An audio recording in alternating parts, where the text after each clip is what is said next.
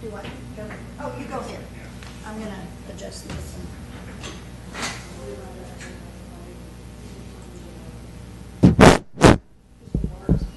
That does. Someone works for Hello. you don't have to. We'll just send it over here. Well, this one works again, but sometimes to do with the phone. I talk loud enough. That one should pick up, this one was on there.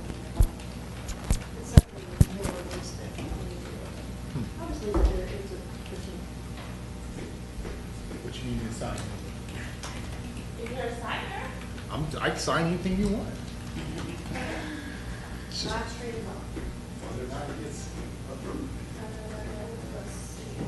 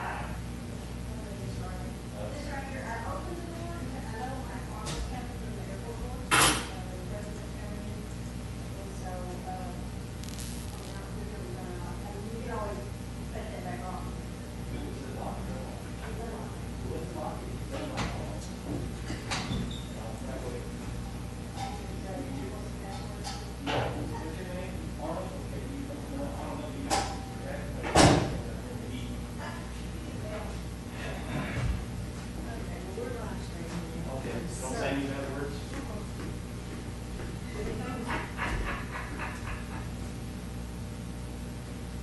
See, that's, I think it's, okay, this, I'll put what Where did the lead go? Hey, Mary, sit behind your glass and see who's going through. So it should work then, right? Because I'm gonna call it in now to see if we can hear each other. Sit behind your glass and see who's going through. Sure. Who? You better or get, Logan call, see if she pops up. Hey, my Jordan.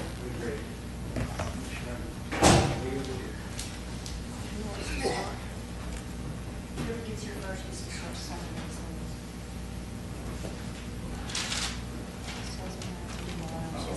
It's supposed to be, live on Facebook too. But you got it going on Facebook too.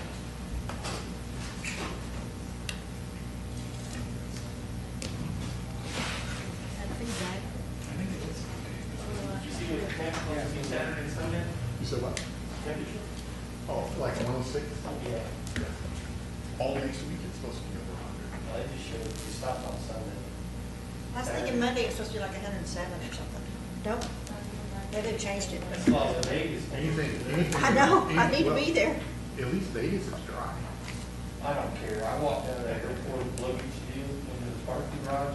It was like walking through the oven, 10 o'clock at night. I'm like, oh my God, it's my goodness. Yeah.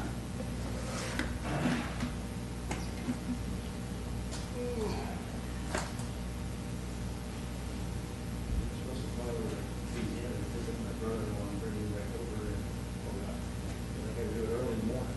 Oh, yeah. Or go up to Portland down the beach and stuff. Yeah. Stay cool. Probably could get by with 75 minutes.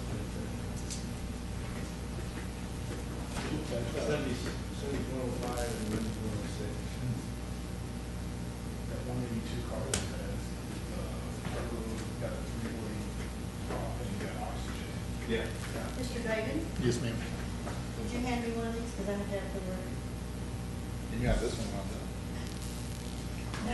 No, that's in the packet that you already Oh, have. never mind. Yeah, all I did was print it so they didn't have to go off their, Well, I have them all hard packaged too. cool. And if you noticed, I have it in the big giant form so we can see. Yeah, it's probably gonna be better. But no, and they may accidentally not bring their hard copies, but I want to Right. have hard copies. That's why I figured, I would just throw some stuff out there in case, but it's the exact same thing I gave you. I just highlighted on this one. you explained to Chief Jackson that his one duty today is to turn the lights on? Yes. Okay. I'm gonna be sleeping, so don't bother me about no. I feel sure I'll have to be texting you saying, get the lights, get the lights. That turbocharged paper arrow, the cracker gear. And so it's, not having, I mean, I couldn't go above 18,000, but I had oxygen on board, and so I went up to 17.9. When I lived in Colorado, between Colorado Springs and Denver, just to see. Number one, was the service ceiling, said it was 18,000 on the turbocharged aircraft. Went to 17.9. And heard one of the controllers making a call to a commercial jet that there was some small plane, because I wasn't even, it's at 18, at 17.9, watch out. But that's the only time I went that high. Right. So good. But I flew regularly in the mountains up there, 14.5 and 15.5.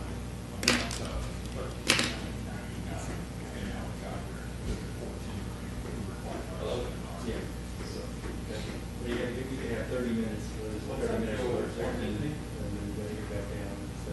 Yeah, from 10 to 12, kilometers an hour, from 12 to 14, that's stuff, and then you send up on 14. No.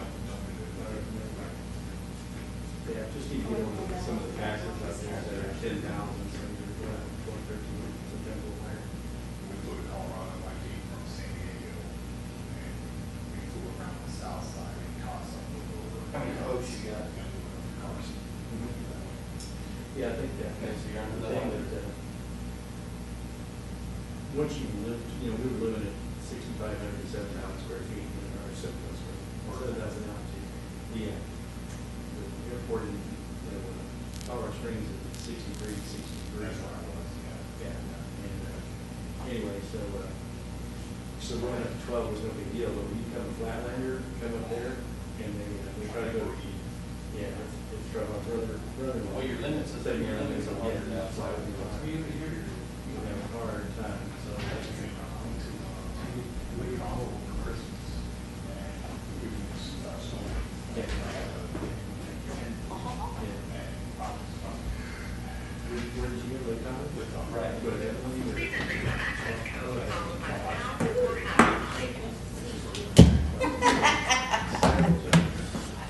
That's okay. If y'all are under the 100 and you're doing space master, you're working straight every time. I'm sorry. 1 and 9. Look.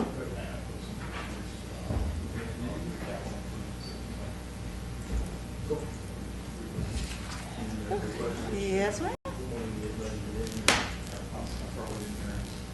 Oh, Sean. Well, I'll call him and What's up? let him know what Oh. the numbers are, so we can start rolling up there and talk. Howdy. Yeah, I know the guy that built those, he didn't do too bad. I know where they got the material from. As long as they've got their masks on, it'll be okay. Yeah. Let's be presented on. I did not want to wear a jersey. And if you I get said, somebody we've that been wants through to- some of the training that I've been through, those are no They fun. won't leave. They'll come in and leave, and we'll arrest them. You're one thing.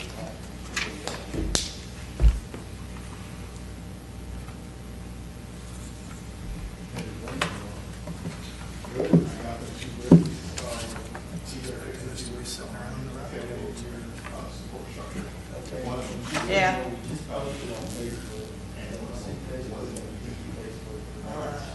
Deborah was saying it's easier to hear us up here and everything. That's what I said too.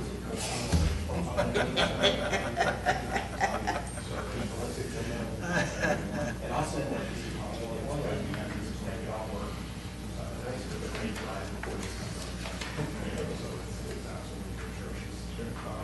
But I've got all my sound training, my orders, Oh, I'm sure they will.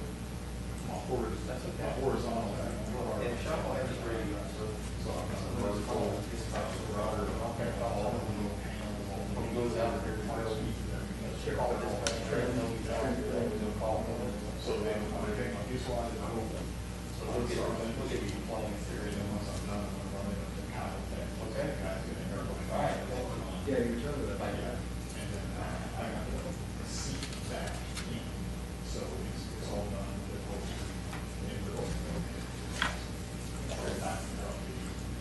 Did you hear about Christopher's dog? No. I could have killed her. 1:30 in the morning on Wednesday morning, let them out because they need to go outside. I go to call them in. Gwen goes in, the puppy goes in. She stops, Athena stops, looks over, and sees this black thing. I'm like, Athena, come, Athena, come. Be careful with that. Oh, all right, looked like a cat, Okay. was not a cat. It was a skunk. She got sprayed in the face. Thank God I had baking soda and made up the paste and killed it right then and there. Yeah. But the wind blew it just right into the Oh, house. good. Yes, yes. Yes, we were not pleased with the big girl. I told Joe and Christopher to get up to help me, and Joe's like, well, it's Christopher's dog, tell Christopher to get up and help you. So I told Christopher to get up, and he turns around and he goes, well, why isn't Dad helping you? I said, Dad said it's because it's your dog, you need to get up. Christopher, that's a bullshit. So I told Christopher to get up, and he turns around and he goes, well, why isn't Dad? Oh, okay. Dad said it's because it's your dog. So, yeah, so skunks are out on a rampage. Okay, it worked, so we're good.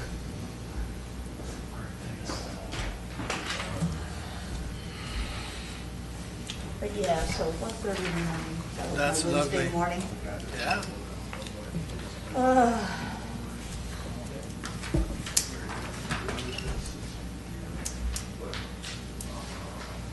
So we rolled out at 4 a.m. on last, is it Wednesday? Yeah, because our last meeting was on Thursday Tuesday. morning, Yeah, it's Wednesday yeah, night, Thursday morning, yeah. 4 a.m. Arrived in Atlanta, 8 p.m. Yep. Our time, Yeah, 7 so p.m. her time. they're an hour ahead. Yeah, oh, 9 p.m. her time, right. Yeah. And, I always get that backwards. And, East Coast girl, let's. everybody was still up, you know, so we stayed up till wee hours in the morning that night. Oh, and exhausted and everything. Oh. I had the basement to myself, there was a bedroom, bathroom. Oh, nice. Hers is on a hill, so the basement has concrete walls on one Oh, end, yeah, and there's yeah. doors on the other end. Yeah, they build them like that, yeah. So it's a nice walk-in basement.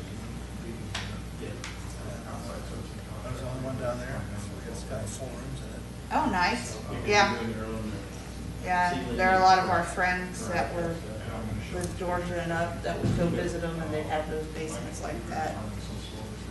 So her boyfriend has been boyfriend, he's been there for a few years. She's divorced, he's divorced. And it's like, yeah, let's just make this work. Right, oh, yeah, yeah. Kelly says, so he's been adding on to this place.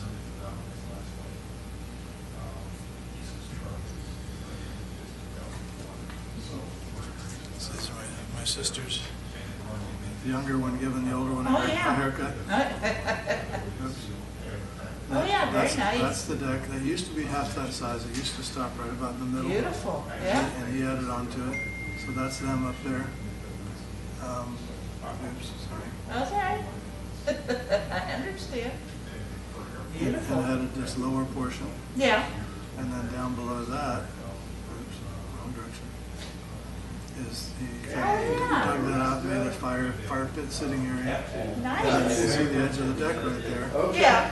That's this that goes Oh, very under, nice, yeah. under the upper deck. Hello. And you kind of, it's waterproof, Yeah. you waterproof it. So underneath you have this area. Nice. We hung out there a lot. I'm sure you did. That's not on there, And huh? that window, that Texas, he hung a Texas flag back there. Behind that Texas flag is the window into the room, the basement room where I was sleeping. But you know what? When I hit this thing, nothing much keeps me up. Thank you. Oh, yeah, oh, yeah. Awesome, thank you. That's it. I won't even shake your hand.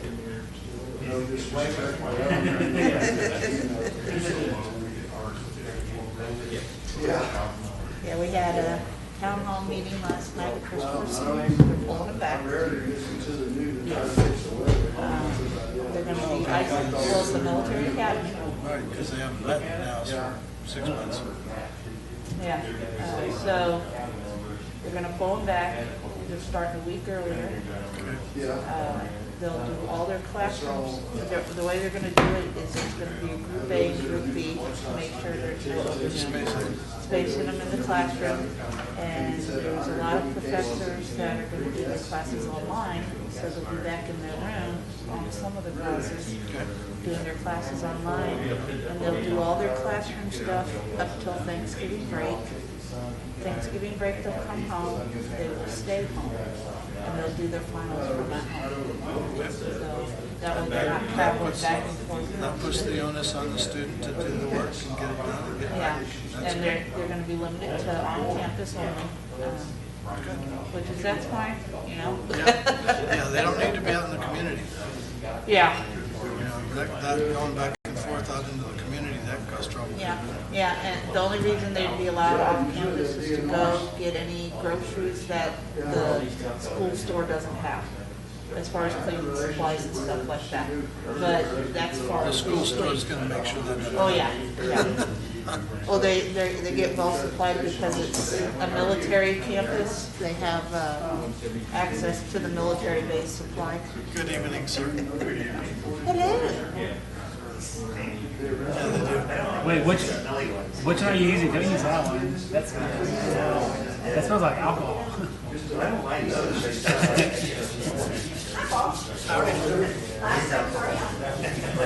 Yeah, we don't.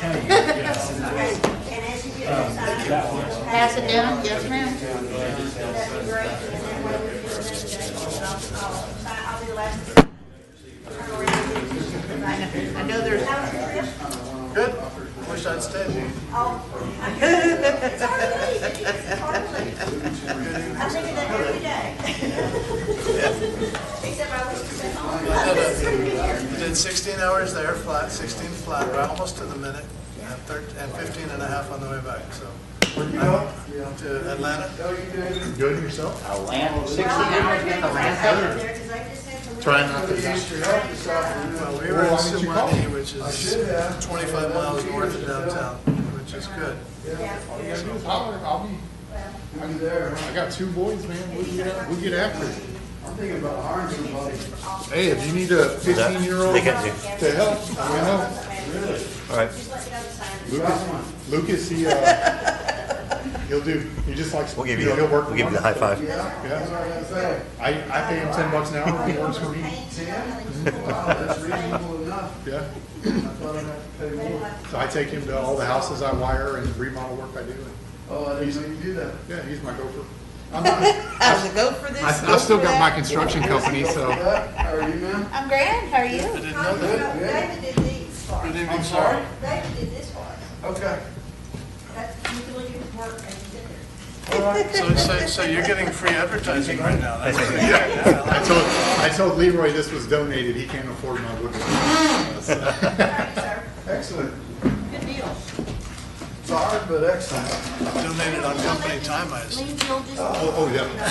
Get my little barrier here and take my mask off. It works. Reminds me of how she. This sucker does get hot. Oh, it makes me sick. Yeah, I took off my landmark in mask. That's rough. it does get hot. That's why I break out my military ones that are self-cooling. I'm fixing to order some of those. No Yes, problem. It makes me travel. 5 o'clock. Because when you're out on the hot tarmac, I have a minute. Yeah, he has a minute. You're must be getting a little parallax up there, so, It's the refraction. yeah, parallax, good parallax. Mayor Pro Tem, I believe- Which Don's facing you, you're looking at him over here. Since we have invocation on this today, I think Mr. King volunteered to give. Oh, you voluntold. Nice. Hey, we know about volunteer. Thank you, Pam. Make sure I silence my phone. Oh, yeah, good idea. Goes, oh, yeah. Silence all of you. Silence the phone. I always have to remember to turn it back on when I'm done. get Mine rang last meeting. Was that? Mine rang last meeting. Oh, yeah. It's like, Yeah, I remember that. I started You're on like, liquid IV. You ready? Yeah, they sell it at Costco. My kids buy it. I've been Sign trying right away. it. I don't know if it works or not. We'll see. So let's call the meeting to order. It's 5 o'clock on the dot. Roll call, everybody is here. Pledge of allegiance.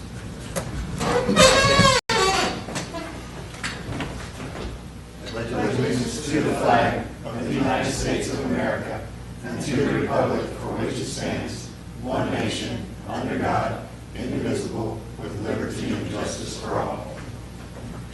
On the Texas flag, I pledge allegiance to thee, Texas, one state, under God, one indivisible. Councilman King? For the invocation. Dear God, look over our citizens and help guide us in the decisions we take. And amen. Amen. Short and sweet. Good job, Mr. King.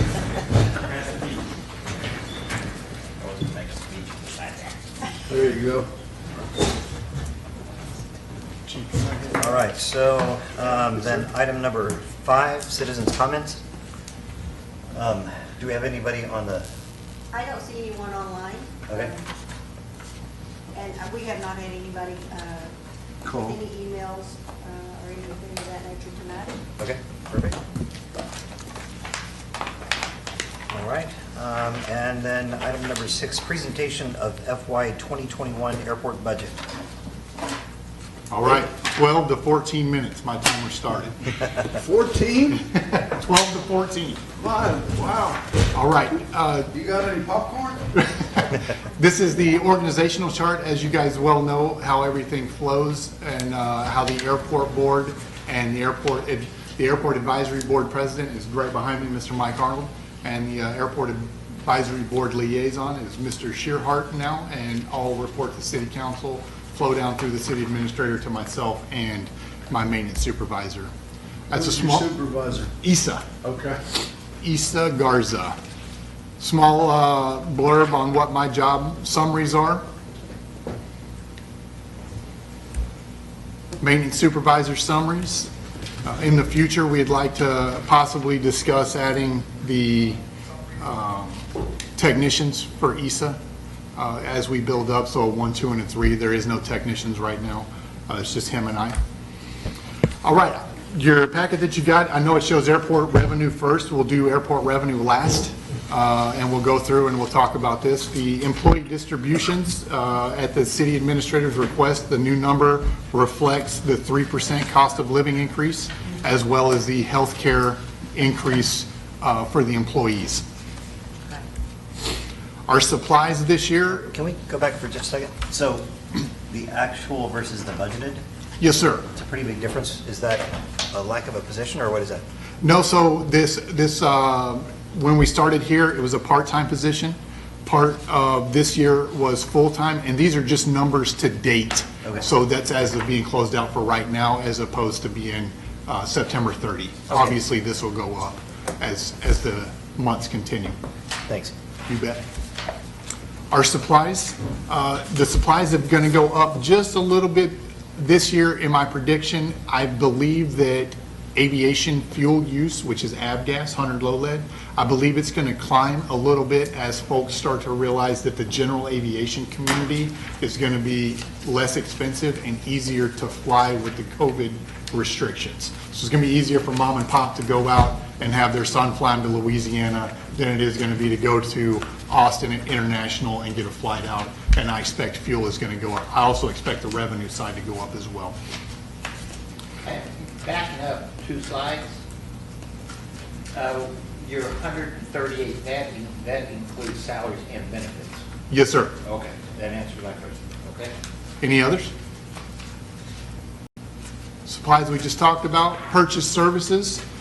This is including is TML insurance. That has gone up over the time. We were about 13,500. It's now 15,500. Telecommunications, I've decreased from 4,900 down to about 2,500.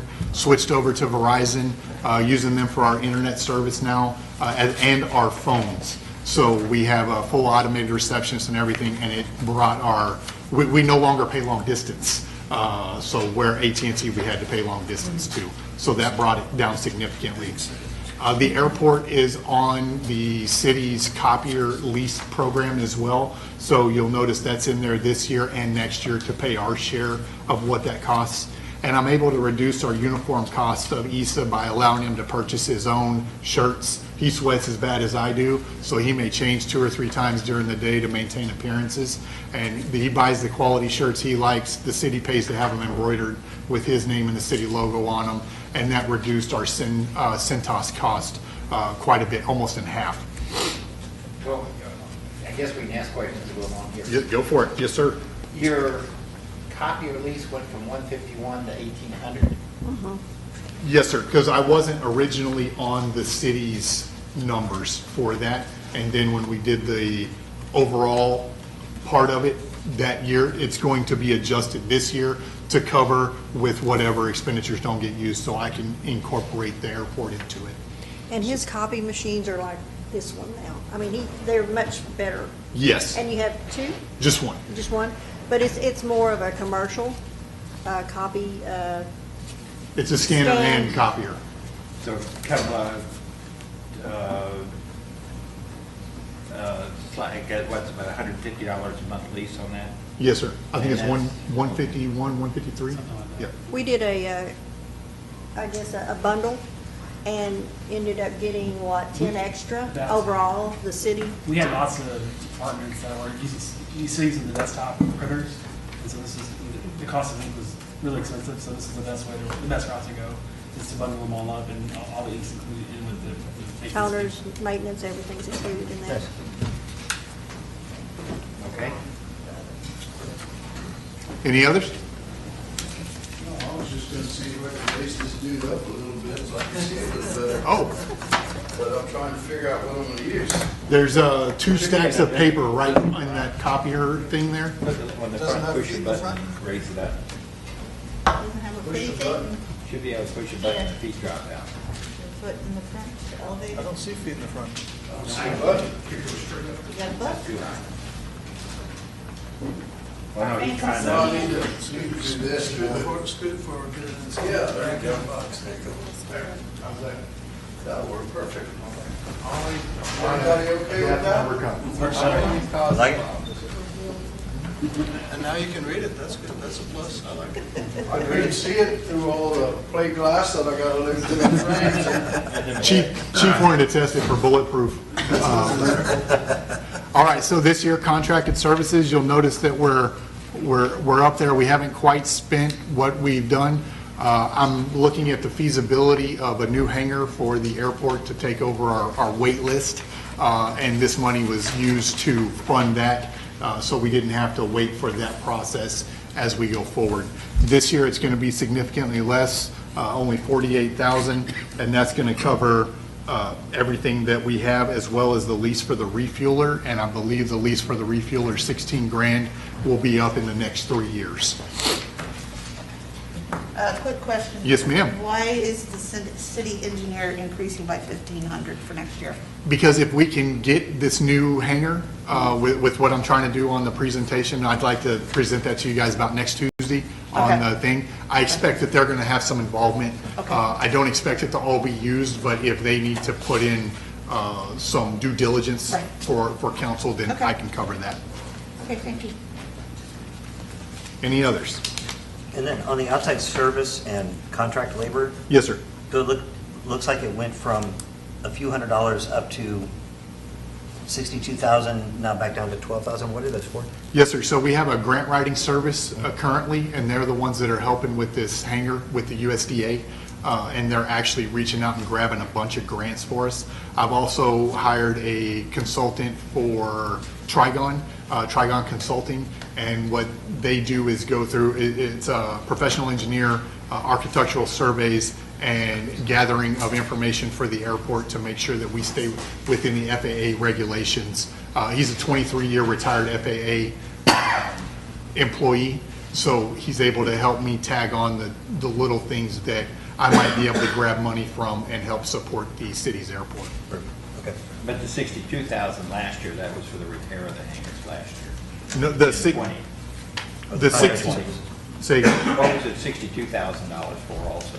The 62,000 is covering the grant writing service and the consultation service, as well as the people I had to pay for the study for the airport, that all the binders that I gave. So that $62,000 is dropping down to $12,000 for next year.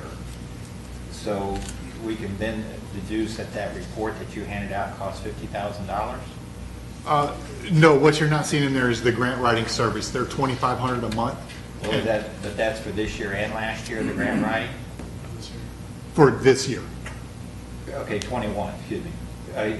Does the $12,000 in year 21, does that also include grant writing? No. Okay, so the grant writing, and that's $2,500 a month? Yes, sir. Grant writing? That service has been removed due to budget constraints. I got to keep it where we can get to it. So the $12,000 for next year is not grant writing, it's just for Chuck Friesenhahn services? Yes, sir. And what else? Is that just it? That's it. Okay, that's just Chuck Friesenhahn, okay. Okay. Chuck is the consultant that you're talking about? Yes, sir. Any other questions I can answer? Not at this time. All right. Education and training, this year, you'll see that it got cut pretty short due to COVID. We haven't been able to attend any conferences. We got one semi-conference done, and then they were going to redo it and redo it and redo it, and then they just canceled it. So I'm expecting that next year is going to be about the same. So I just kept the budget the same at the $2,000 to hopefully help Issa cover down on his. He has a lot of certifications he has to maintain, pesticide spraying, refueling, fuel certifications for water and microbiological growth. All those things have to go through TCEQ and the NATA for his certification. So Are we you keep that finding money. places where he can attend those courses, or is he doing it online? Right now, it's all distance learning. All distance learning? Yes, sir. Okay. And do they have something out there that way you can put in the files stating that because of COVID, these certain courses aren't being offered or what have you? So As we- a CYA type thing? Yes, ma'am. What we've been able to do is distance learn all of his requirements for this Okay. year. So we're covered. Awesome, thank you. Fantastic. Yep. Question, Yes, sir. does he get a company truck? Yes, sir. He does. He's on duty 24/7. We don't have a replacement for him other than me. If somebody calls for fuel at 1 a.m., he He gets up. goes and accommodates them. Absolutely. Wow. Yes, sir. So if he's not available, I'm available, and we work our schedule based on that. So I refuel aircraft, he refuels aircraft. If they're broke, if the wind sensor goes down, if a hangar door rips open, it doesn't matter what time of the day they call him, on a weekends, holidays, he's out there fixing it. Where does he live?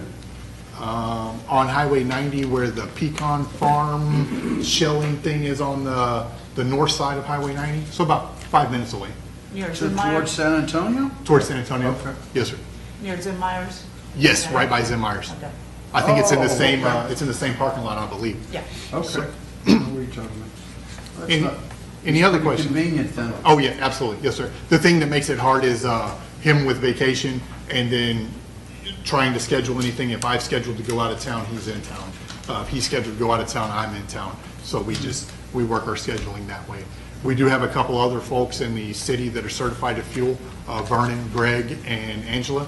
So they went through the full training that the airport covered down on. But due to staffing and COVID and everything this year, it's just been kind of difficult to get everybody worked up in that capacity. Thank you. You bet. Technology, as you'll see, it went up a little bit this year, or this year that I'm asking. The desktop computer at the airport is running very, very slow. I expect it's probably on its last legs, and if it craters, I just want to be able to compensate and get that thing running as quick as possible. Is this the one for you or the one that the pilots who fly in can use? This is for mine. Yes, sir. And then, so on the technology, you've got computer maintenance at $500? Yes, sir. That's HTS. So every time we have to do an upgrade with the PDF version or the Windows version or some licensing, we have to call them. They remote in. They charge us, I don't know, it's $100-something bucks an hour, I believe. So I have to cover that cost every time they remote in. So to do your operating system updates and your, like Adobe updates, they have to do that? Yes, sir. That's interesting, okay. Any other questions? And then the software, Yes, sir. so it looks like previous years were $1,000, $1,600, last year $210, and then this year $500. What's the difference in those? I worked that with Miss Hilda, and it has something to do with how if the machine goes in and has maintenance done on it physically, or upgraded, or software. So I went with recommendations from her on how I should break that number out to make sure that I cover HTS costs and any. I was on Windows 7 when I started here, and when we went to Windows 10, I had to pay for that software upgrade. So we had a whole new because they licensing had to do bundle. it. Gotcha. Yes, sir. Yes, sir. So it's all, I tried to break it down to where it encompasses all of them so we can track it more readily than just saying computer maintenance. Okay. So I can kind of see where that money's flowing. Perfect, thanks. Repairs and maintenance, we're gonna bring that down a little bit this year. Reason being, we're not gonna need so much on our runway. So we put 70 grand away, basically 78,000 this year. That's gonna be for a 90-10 match with TxDOT. So we can expect 750,000 to 780,000 match from TxDOT to refurbish our entire runway. That's supposed to be contract coming to you guys in August, if everything goes right on the TxDOT plan, and we'll be on their docket for February, March, or April of next year to have the work done. That's our least flown times of our airport. So to have our runway closed for about 3 weeks while they finish during the less busy time. How does that affect Skydive and Liberty?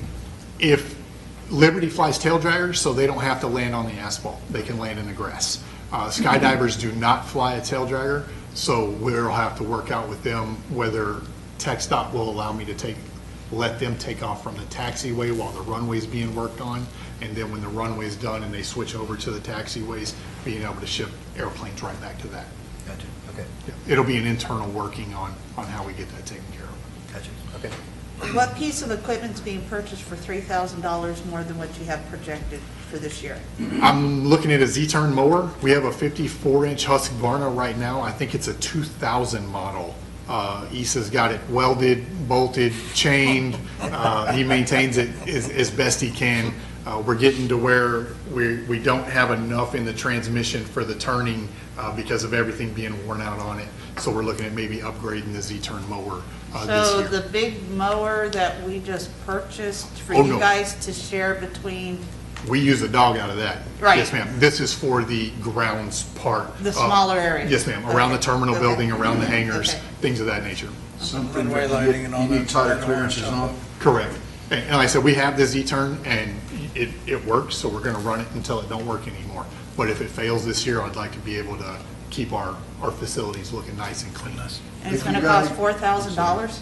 I figure I priced it Gravely, which is a commercial style, basically what we do. And it's right about $3,800. Okay, okay. And that's from Kemp's Lawn Service out of Lacoste. Okay. So, Camps? yes, sir. Really? That's who we use to do all of our maintenance on the mowers and what little bit of stuff they can do with our two-stroke equipment. Good deal. They're fantastic. Leroy, can the airport buy through buy board? Yes. Oh, yeah. We absolutely do. And when we go for it, when it does fail, then we'll submit our proposals and go through there to So do we the best. might We save encourage all money there. departments to buy through buy board or some sort of purchasing co-op. So, Get a better deal. Yeah, Yes, sir. maybe. As far as upgrade, as far as, what did you say, repaving the runway? Yes, sir. Is that something that's required every so many years, or what dictates that it has to be done? So it's done on a 10-year assessment. We got our last assessment done in 2010. They have good, fair, and poor. That's their three categories in TxDOT. Everything that we as a city own is fair, and it's on the low side of fair. If it goes into poor and we don't get it fixed, they stop all grant monies flowing to us. Airside maintenance is number one in order to qualify for grant money. If planes can't come in because the runway's bad, they're not going to give you money to build your airport up. So with the 10-year, our last 10-year was done. Mr. Fisher knew that was going to happen as well, so he prepped TxDOT. TxDOT has had us on the books for the last 24 to 28 months. So we're just keeping the money moving to cover that for when they do pull the trigger and do it, because they'll do the whole thing for us. So it was last maintained 10 years ago? No, it was last surveyed for its maintenance 10 years ago. So they have about a 10-year lifespan. Yeah. Unless you can do heavy maintenance on it yourself, which this year we will be able to because I've got the equipment. So we'll be able to extend our life 5 to 7 years at a time by Issa and I being able to take care of the asphalt out there. What, like sealing cracks? Crack seal machine and a seal coat machine, yes, sir. And I've got that in the slides. I'll pull those up for you. Thank you. And what's the matching grant with TxDOT? Is it 50/50? 90-10 for this one. We get two grants. We get it's called NPE, non-primary entitlement. It's $150,000 a year, and that's one of three ways. It's a 90-10, an 80-20, or a 75-25, with TxDOT being the bulk of that and the city being the smaller side of that. If you use that NPE money for any revenue-producing entity, hangars, fuel, trucks, jet fuel farm, you lose that money for 4 years. So you can stack the 150 grand for 4 years, and that's what we've done. We have 600,000. TxDOT likes what we've done to match theirs, so they're going to give us the extra 150 grand to get $750,000 worth of work done for $75,000 because they've got the additional money in their coffers. That's Yes, sir. Nice. Any other questions? I'm over my 12 to 14, but I was trying. I was trying. Miscellaneous, you'll notice that it went up a little bit. We barely used anything this year. That's because we have paid off 2 loans, which I'll show you. I expect that if we do the new hangar piece, we'll have a little bit more bank fees that we got to pay with transactions and stuff. So I just wanted to have the additional money there to cover it. What is the bad debt for? That's a carryover. Leroy and I have been researching that, and can you elaborate on it? It's only $200, but we've never used it. It was just put there. It's just there. So I transferred it over in case something, again, I've been doing this job only a year, and if something pops up, I don't want to say, hey, I didn't know about that. It was on here, and I'm just keeping it rolling forward just to cover us in case something happens. Not sure what that is. Certainly can have that answer for you on Tuesday. That's been there. It's like a carryover year after year, and I don't think we've ever used it. Have we? No, sir. And really, in reality, if you haven't used it, then that's something we certainly can go back and delete and just remove it. So. Right, It right. may be some type of filing fee if we had to file on someone. And that was the thing, I didn't want to be caught off guard, you know, as bills come Somebody up. don't pay the rent? Do you know what that is? Right. Um, Me? Somebody from the airport board? Mike? That's the question again, I'm sorry. The bad debt fee? Yeah, Or- I'm not aware of any bad debts that have been incurred by the city, and so I don't know how we got on budget. I'm sure finance at one We'll point check. put it in there. That's cool. All right. Probably cancel it out. Historically, in the past, and I'm talking 10 years plus, there were some issues, large issues with, not the little guy with a plane, but Yes. parachutes, parachute companies and other things. That's the history of it anyway. Okay. So it's something that's been a legacy in there for a few minutes. Okay. All right, capital outlay, we're trying to get the airport back into self-sustaining mode, which it is. So we've reduced the capital outlay this coming year to a planning study. So that was on for this last year, but due to COVID and the inability for contractors to come out, meet with us, meet with the board, TxDOT asked that I put that planning money into the runway rehab money, and then they would guarantee the extra 150 grand. So that's how I was able to catch that for this next year. So instead of having 600,000 for the runway rehab, we're gonna have 750,000 for runway rehab. And I talked to our TxDOT planner, he said if you'll put away 20 grand this year, we'll match that with 200 grand next year worth of planning. And that will be the roadmap for the airport. And as I mentioned, I know Mr. Schroeder, Mr. Key, you weren't here last year as I was doing this piece, but the airport needs we need a roadmap. We need a business plan, kind of where the city sees it going, so I can hit those gates every year. We talked about it last year, being able to earmark some money. Hey, if we're gonna build a huge hangar, it's gonna be $500,000, let's do it in 5-year increments, so let's put away 100 grand for 5 years. Once we get there, we'll have the $500,000, build a new hangar. But we need that on paper. We need something to look at. So that's where we're going with TxDOT to do the 90-10 grant match for the planning study. When was the last time we did a planning study? So the airport has not had one. It's only had airport layout plan updates. That was done 2012. Right.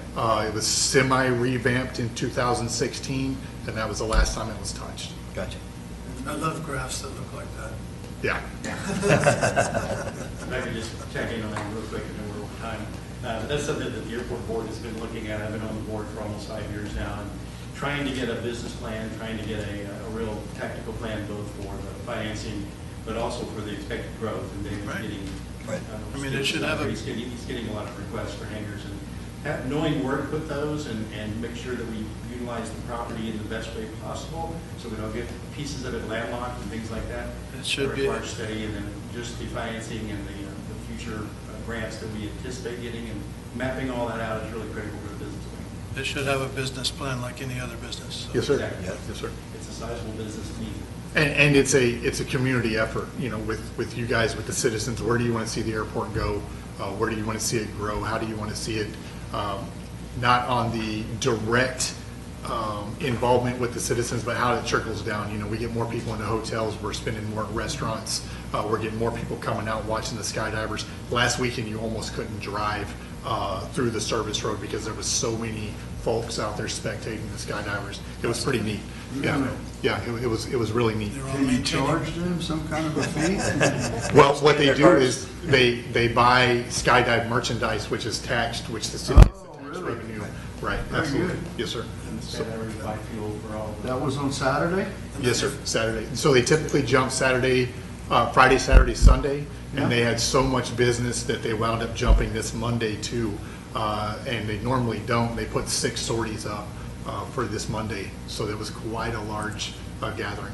When you say spectators, is that probably family members coming out to watch people jump? A lot of family members do, and I get a lot of people that drive by that see them on a weekend, and they'll come back out the next weekend and say, hey, can we go sit on the picnic tables or on the deck and just watch? So that's what they do. They just come out and enjoy our airport.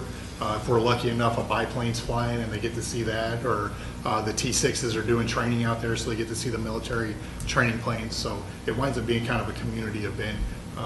when you get people out there spectating. And then the hangars are all open on the weekends, so the folks drive around and look at all the cool planes. And you know, my grandson's interested. How can I get him to fly? So we get him to the flight school. You know, so things of that nature. Okay, you're about to hate me then. Who's disinfecting all of this stuff after the spectators, making sure they either have face coverings on or have the 6-foot distance? Yes, ma'am. So the skydivers have an entire plan together. Right. They disinfect after every jump. They disinfect the spectating area. They maintain everybody's distance. They've got it roped off. There's hand squeeze sanitizer, and they are working in conjunction with the FAA. So TxDOT and the FAA actually called us, our airport, to get our plan because we were the first ones to start implementing that. Okay. And they pushed that out to other San Marcos and things like that. Because I know the state's starting to drill down because there's many, many businesses that are not following the rules. Yes, ma'am. And we don't want any bad press brought No, to us. We want to absolutely not. continue positive, so, okay, thank you. Yes, ma'am. It's good PR for Castroville, and they'll buy gas and hamburgers on their way home. That's so it. That's great. That's it. Any other questions? Just as long as they don't come and drop off any COVID with us. If we have, I mean, we have a known schedule for skydiving. I mean, we kind of know when their hours are. Yes, but sir. you mentioned the Air Force flyovers and the, I guess, crop dusters. Yes, sir. There's no way, I guess, we could have any predetermined schedule for those. Not for the Air Force. Well, not for the Air Force, obviously. We're not So- going to publish those, but. And are you talking about airspace deconfliction? Well, no, I was talking about letting the public know when they might see something like that. Oh, you know, and that's good. The skydivers have a Facebook page. I created one for the airport, so I try and put stuff. I'm a terrible social media person, so I try and update it, you know, frequently. But they have their page, and it's got all their information on it. The crop dusters, actually, I got 2 calls in the last 2 weeks to do gender reveals. So they went out over by Decock Farms, filled their plane up with pink water, flew over for a lady. Her daughter was having a daughter, and they dumped it and put a big old stream of pink water down, and you know, it was really good. So they try and announce that on their Facebook page. I try and promote that through our Facebook page. There you go.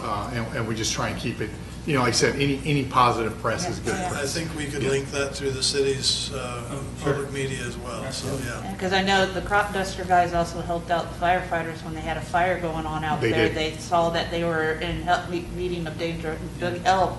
landed, fueled up with water, and helped with that too. They did, So- they did, yeah. It's good stuff. Okay, thanks. All right, next slide. Debt service, this is my favorite slide on the whole thing. You will see That's that there the perfect one. is nothing. There's another one, yeah. There's nothing right there. We paid off $70,000 worth of debt this year. So our E-hangar, our newest hangar out there, is free and clear. That was funded through TxDOT. And then we paid off the jet fuel farm. So it's all done. So, Fantastic. Awesome. Because debt service is just money that goes away. yes, sir. As you'll see on the transfers out, they maintain the same. You'll wonder why. $6,000 a year goes back into the city's account from the airport account to pay for administrative services, payroll, copying, you know, postage, things of that nature. So everything that Leroy and Human Resources does on this end is paid for out of the airport account. And then in 2018-19, I've done a little bit of research on this. The airport, I guess, was on a shortfall for the jet fuel truck that they bought.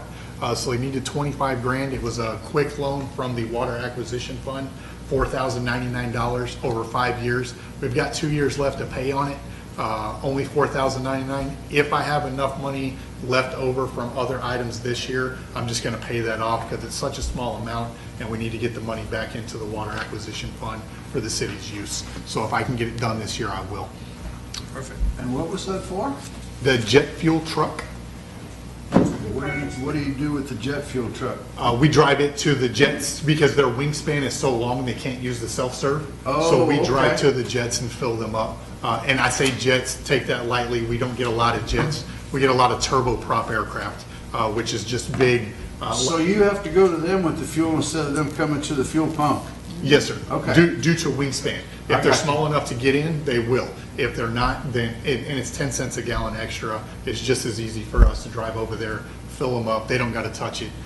No corporate pilot wants to get their hands dirty with jet fuel, so that's Here again, not just anybody can do that, I guess. me and Issa and the three You gotta others. be certified. Yes, sir. Related to that, you, in your supplies, you have fuel and oil truck. Yes, sir. Is that fuel and oil, or is that a fuel and oil truck, and what is that used for? So it's fuel and oil for the truck. Okay, that answers my question.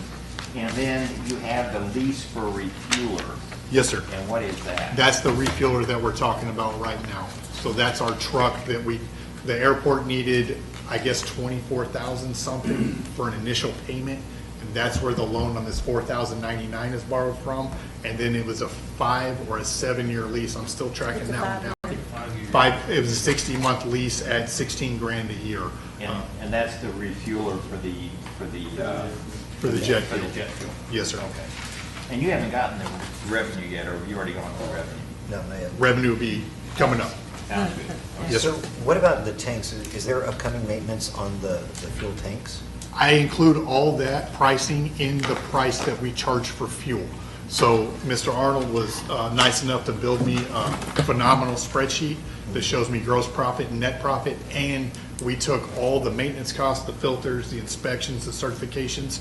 We took that price and included it in the formula to make sure that when we raise or lower the fuel, those costs are covered first and foremost, and then everything else becomes profit after that. Gotcha, okay. It also allows him to come up with his retail price, because it gives him an average price per gallon based on what he paid for, what's left in the tank, plus what he paid for and put in the tank, and it gives him an average cost.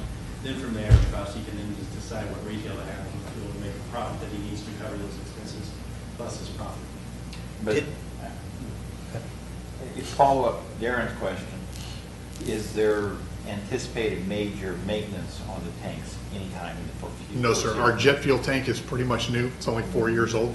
Right. And our avgas tank is old, but we maintain it. We scrape it, we paint it. The tank, it was just inspected interior, and there's 0 issues with it. We expect to get another 5 to 7 years out of that same maintenance schedule that we're doing. What capacities are those tanks? 12,000. Both of them? Yes, sir. Each. And then a 3,000 gallon jet truck. So we have 15,000 gallons of Jet A fuel capacity. We don't carry So it. when you order fuel, you get a tanker truck? Yes, sir. 8,000 gallons. So with heat and humidity, we wind up with about 7,700, 75 to 7,700 on a fill up. Basically like gasoline and how they haul it. Yes, sir. It's usually around 7,500 gallons, Yes, sir. depending on the temperature. And so I would imagine that because fuel has dropped pretty significantly, especially over COVID. Yes, sir. So how did that affect us for this previous year? So we Well, had yeah. full tanks when the COVID hit, so I needed to get the price down. So I cut it like 5 cents above cost to get the fuel out of the tank so we could get the lower cost fuel. Mike and I did a bunch of studying and figuring out how we were going to do that. Now we're coming back up. I've got a fuel slide in here, I'll show you, but we're on the rise, which is good. So it affected us a little bit, but we were able to get it down fast enough to get a cheap load of fuel in. And as prices rise, I've still got the cheap fuel in the tank that we haven't had to buy on the higher rate yet. Gotcha. If we can sell more fuel, it takes away that risk of owning fuel at their own cost, right? That's what you're. Exactly, yeah. Right. The more you sell, the more frequently you buy, you're going to take those highs and lows, and you can average it out. But given that he doesn't sell as much as he needs to, you get caught occasionally that way, but you also can get caught where you've got a full tank and prices have risen, and you make a lot of profit. So it is a bit of a trade-off. Nice. Any others? Total expenditures, 5,600 or 566,573. You'll notice that we brought that down quite a bit from what we were expecting this year. Again, this number here, you see, it's going to rise because we're not done with the year. But with all the cost cutting and trying to take care of things in-house as opposed to hiring contractors, which is what Issa and I do, we've been able to reduce our operating costs pretty significantly. What kind of areas have you guys picked up that were previously hired out, outsourced? All of our maintenance for asphalt was always hired out. Issa and I are doing that now, so you'll see, I'll show you some slides in here on that. Plumbing, electrical, things that Issa and I can do that don't require a permit or, you know, any major structural stuff, we do all of that, as opposed to where we would, you know, they used to just call Star Plumbing or Maldine Plumbing out because we had a tank leak. We take care of that now. So we've been able to reduce our operating costs significantly. I've also gone through, and every time one of the metal halide lights go out, which is what's run at the airport, they're right around 400 watts a piece, which just happens to coincide with the $400 rebuild cost for one transformer. I can get a brand new halo light for $120 that's LED. We just replaced 12 of them. 12 LED 4,000 lumen lights are going to burn less than one metal halide light. So we're reducing cost and utilities and everything. It takes time because we can't do it all at one time, but as things burn out, Issa and I planned for that. We replaced that one part. Public Works has been phenomenal. They've got a bucket truck. Tom has access to the big street lights. Those are what we have for security lights on the airport. When they go out, we're just taking the head off and putting a brand new LED head. And Tom's told me how much they cost. I put enough money in repair and maintenance to cover the, I think 4 of them is $1,200. So I put that money, they buy enough to cover me when 1 or 2 go out, and then we've got them on stock, they come and replace them. Yeah, those should last about 4 times as long as your. Absolutely. It's a 20,000 hour lifespan as opposed to like a 60. And burn 20-25% of the electricity. So Yes, sir. It's a win-win. Yes, sir. There's no reason not to do it. Exactly. Yeah, those metal halide just suck up Terrible. power. It's Yes, crazy. sir. Yeah. So related to that, the electrical bill Yes, sir. for the airport, is that under utilities? Yes, sir. And that's the 18,000? That's for electricity and water. It's all combined. And that's for all the hangars? All the Everything? that except for the 3 commercial hangars where those individuals pay for their own. Pay for their own. Yes, sir. What's the split on power versus water? Say that one more. What is the split? I mean, I would imagine that the water is just for just regular water usage. Is there any Yes, sir. additional on top of that? The only thing that, if we dump a bunch, it's when they come out and open the fire hydrants for the city testing and stuff. You know, that's done, I think, once a week. And then they do testing on all the other little ones, so that water gets wasted. You know, it's just dumped down to the tarmac. We do have a couple of wash stations for airplanes. You know, if you spill fuel on them or whatever, you can wash them off. But it's mostly just usage for what the airport uses and the 6 hose bibs that we have out there. We don't have a sprinkling system or anything. Utilities on electrical is roughly $1,400 a month, and then we got about $400 in usage on water to take care of what we need to take care of out there. Cool, thanks. Yes, sir. Any other questions? Good? All right, revenue. As you know, and if you don't know, I'll tell you, we only receive revenue 3 ways: facility rentals, fuel sales, and other revenue being grant money. As you'll notice, grant money has stayed the same because I can't anticipate what the grant folks have in their coffers. I know I'm going to get 50 grand from TxDOT. They've said for the next 5 years they've got the money, so that's included in there. I get about 3,500 from late penalties on hangar rents, you know, some credit card transaction fees that reduce. You'll notice for this year coming up, we got a little bit of increase in sales. So due to the microburst last year, we were reduced in the amount of commercial hangar space that we had. And before I got here, the city had 1 commercial use hangar that sat vacant for 14 months at $1,900 a month. So that was just, it's just gone. You don't have it for revenue because it wasn't rented out. We are at 100% capacity now, and I've got 29 folks on the waiting list. I'll show you in the next slide here, but as I go through, I'm expecting to remain about a 2% increase for each one of these years as we go across the board. So, you know, GDP and CPI and all the other good acronyms, I'm expecting to do about a 2% increase. Is there any questions on this slide before I go to the next part? So where you're saying you changed from FYs to years 16, these still align with, so like year 16, 17 would be FY 17, is that correct? Yes, sir. Okay, cool. I was just trying to line up, I was just looking at the cost. Yeah, so what I did was I tried to, when I took this job on, I tried to do like a 5-year analysis of where the airport has been, where they've spent, where they've had shortfalls, and where we want to go. And again, I came in the middle of the 18-19 year. Now we're in the 19-20. So we're trying to build that back up without so much fluctuation, so we know where things are going to be in hard numbers. So this isn't pertinent to right now, but just looking at the numbers from previous, the first year that you came in. Yes, sir. It looks like the expenses were $720,000 and the income was only $409,000. How did we deal with that? So, go ahead. So one thing that they had included in the past was the depreciation cost, and so they added about $200,000. 215 last year. Into that expenditure cost. So at the end of the year, the auditor came in and did an adjustment and basically said that you spent $250 in expenditures. And really he didn't, it was more of an accounting entry. This current year, the 19-20 year, we took that out because we could.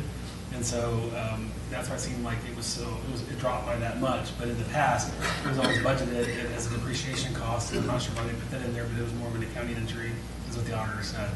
So that's why he really didn't spend that much, but it seemed like he did because of that amount that they booked at the end of the year. It was cash flow profit, they were cash flow positive depreciation expense. Okay, that makes sense. Related to this sheet Yes, sir. that you handed out, and related to that, I'm looking at fuel cells. And in 1920, I'm seeing for 1920, it's 108,000.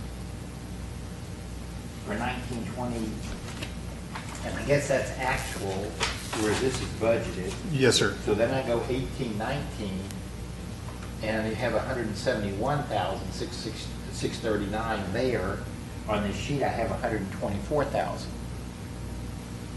And then, so this sheet here doesn't appear to match up with those numbers there. So the sheet that you got for airport revenue is what was projected each year, and I transferred that. These are what was actually spent. So these are not actual numbers. Those were budgeted numbers. These are budgeted numbers only. Yes, sir. Okay. As opposed to actual numbers Okay. of expenditure. So here we go with the fuel sales, what you were just talking about there. Blue is 2019, and these are gallons sold. Orange is this year. You'll notice when COVID hit, we had a drop in what we had from last year. As you can see now, we're coming back up. I'm expecting these months that we've got left to rise at or above what we're expecting. Can you back up one slide? Okay, there, your budgeted number for 2021, your budgeted number is 124,000 on this sheet. Yes, sir. You're showing there for 2021, it's 174,000. Right, and I'm expecting revenue, and those are revenue projections. So Again, what is this number here So those are compared to what that? he thinks we're going to versus what we're actually budgeting for. So we're budgeting for less than what we expect to come in, which is typical, right? correct. Yeah. Okay. So for 2021, is that the year we're in now? Yeah, we're in Or 1920. Okay, so for 2021, you're anticipating we're going to have $174,000 in sales, Sales, projected sales. projected sales. Why does this show $124,000 in projected sales? Conservative budgeting. That's what I try and do. I'm trying to look at what COVID did and where we're going. So these are what I'm projecting for revenue, and I'm hoping that it gets there. As far as when I spend and buy fuel, I'm expecting that I can't spend over 124 or I'm not gonna meet the projections. The other accountability on that is the rise in fuel where it changes. So then for budgeting purposes, Yes, sir. do you anticipate in 2021, we're going to have $124,000 in sales, or we're going to have $174,000 in sales? For budgeted. I'm expecting that we're gonna have 124,000, so I don't have to spend any more than that. With the rise in fuel, this is what we could hit on our profit numbers. His projected budget that you see here, this is a projection, so his revenues equal his expenditures, he have a balanced budget. When you look at that, okay, I get that it doesn't, but you really would look at this. So which is going to be the official number in the budget? That's right now, it'd be this one here, the 124. Whenever you approve it, I mean, if we need to update these numbers. So there's a definitely will. potential, in your Possible. gut feel is, Yeah. these are gut feel numbers. Yes, sir. Okay, and these are budgeted numbers. Correct. Okay. So now are all of these are all budgeted numbers, or are these actual numbers? So these here on 2021, these are projections, and these are the. Well, I'm talking about for 14, 15, the earlier years. Is those actual numbers? Those were what was projected in the 14-15 year. Do we know what those numbers are actually? We do. I have those What are right here. Let's just use 15 for example. So fiscal year 15, your total revenue was 668,906. So 668,906. It was projected they were going to bring in 951,916.95. So it was a little bit less. Well, I guess I was just looking at fuel sales. Okay. Now, these forms you gave us out earlier, what are these related to these which we got today? So those are expenditures that you're seeing there. Right, but they also have revenue. Well, that's the same, the ones I put in your packet, David said it's the same one he handed out. He didn't realize I had made them larger. they're identical, I Yeah. I made them larger for him. He didn't realize y'all had hard copies. That's an identical sheet. I understand. Okay, so those are identical. So then, these are revenue projections, Yes, sir. and these are revenue projections, or these are budgeted numbers. Those are budgeted numbers. So we have revenue projections, we have budgeted numbers, but we don't have actual numbers for prior years. We have it, we've seen the actual go. Whenever, before I approve the actual budget, we'll make sure that we actually have actuals compared to actual versus budgeted. And just Okay. for future, I think it's better for workshops like this to go ahead and put the actuals where we have the actuals, because if we've got them, there's no reason to put the projections. Yeah, too easy. Kind Yes, of like sir. you did for expenditures? Yes, sir. Doing the same thing for revenue? Yes, sir. It's just really helpful to see the trends. Too easy. I can adapt. So then, going on this, you have, for aviation fuel, you have a projected revenue of 100,000, Yes, sir. but it's going to cost you 115,000. That's, And for the projected revenue for Jet A fuel, you have revenue of 24,000, but it's going to cost us 30,000, plus we're paying for $16,000 for the refueler truck. So we're selling fuel at a loss based on your budget. I will have to reevaluate my numbers because we make a profit on fuel. So I might have messed up my own formula. And that's kind of what I was looking at, what the Right. real numbers were. Right. Because even if I go back and look at last year's projected numbers, it looks like the same. It looks like we're always, like last year for 1920, you had $150,000. Well, actually, yeah, that's where it completely swapped over. So yeah, if you could look at those numbers, because it looks like right now we're selling fuel at a loss, which means everybody ought to be coming to Capitol. Yeah, we are definitely not selling fuel at a loss. So I will look at my formulas on that and get you an answer right away. Sounds good. Appreciate that. Any others? Under your facility rentals, I see we have a new line for renting skydive landing area. Yes, ma'am. So the farmer rented the 107 acres. When we brought it to council and got the landing area approved, That reduced it by 11 acres, so I had to reduce his price. But the skydivers, due to maintenance, pay more. So I separated that to show that, yes, there's a reduction in the farmland price, but the skydive landing area Makes up for more it. than makes up for it. Yes, Okay. ma'am. Okay. And then, you have on here, on the last page, the CARES Act, you have $30,000 reflected against that. Can you explain that? Yes, ma'am. So when the federal government handed down the money for the CARES Act, TxDOT got a lump sum from the federal government because we are a block grant state. And the federal government said, you figure out who in your state needs what money.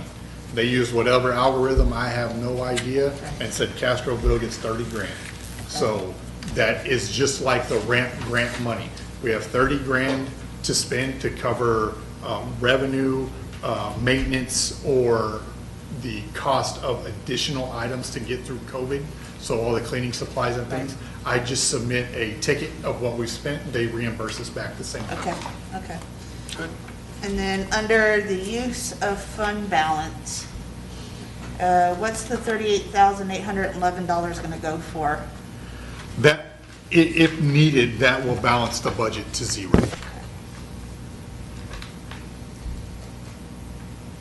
So right now, your budget anticipates a $39,000 positive, but that's to get it back down to zero.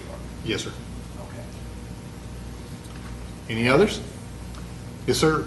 Water lease, Water lease, can you explain the numbers on the last page? yes, sir. So if you go to the revenue side, you'll see in 2014-15, the city purchased from the general fund account, gave to the airport account the 320 grand for the extension of the runway.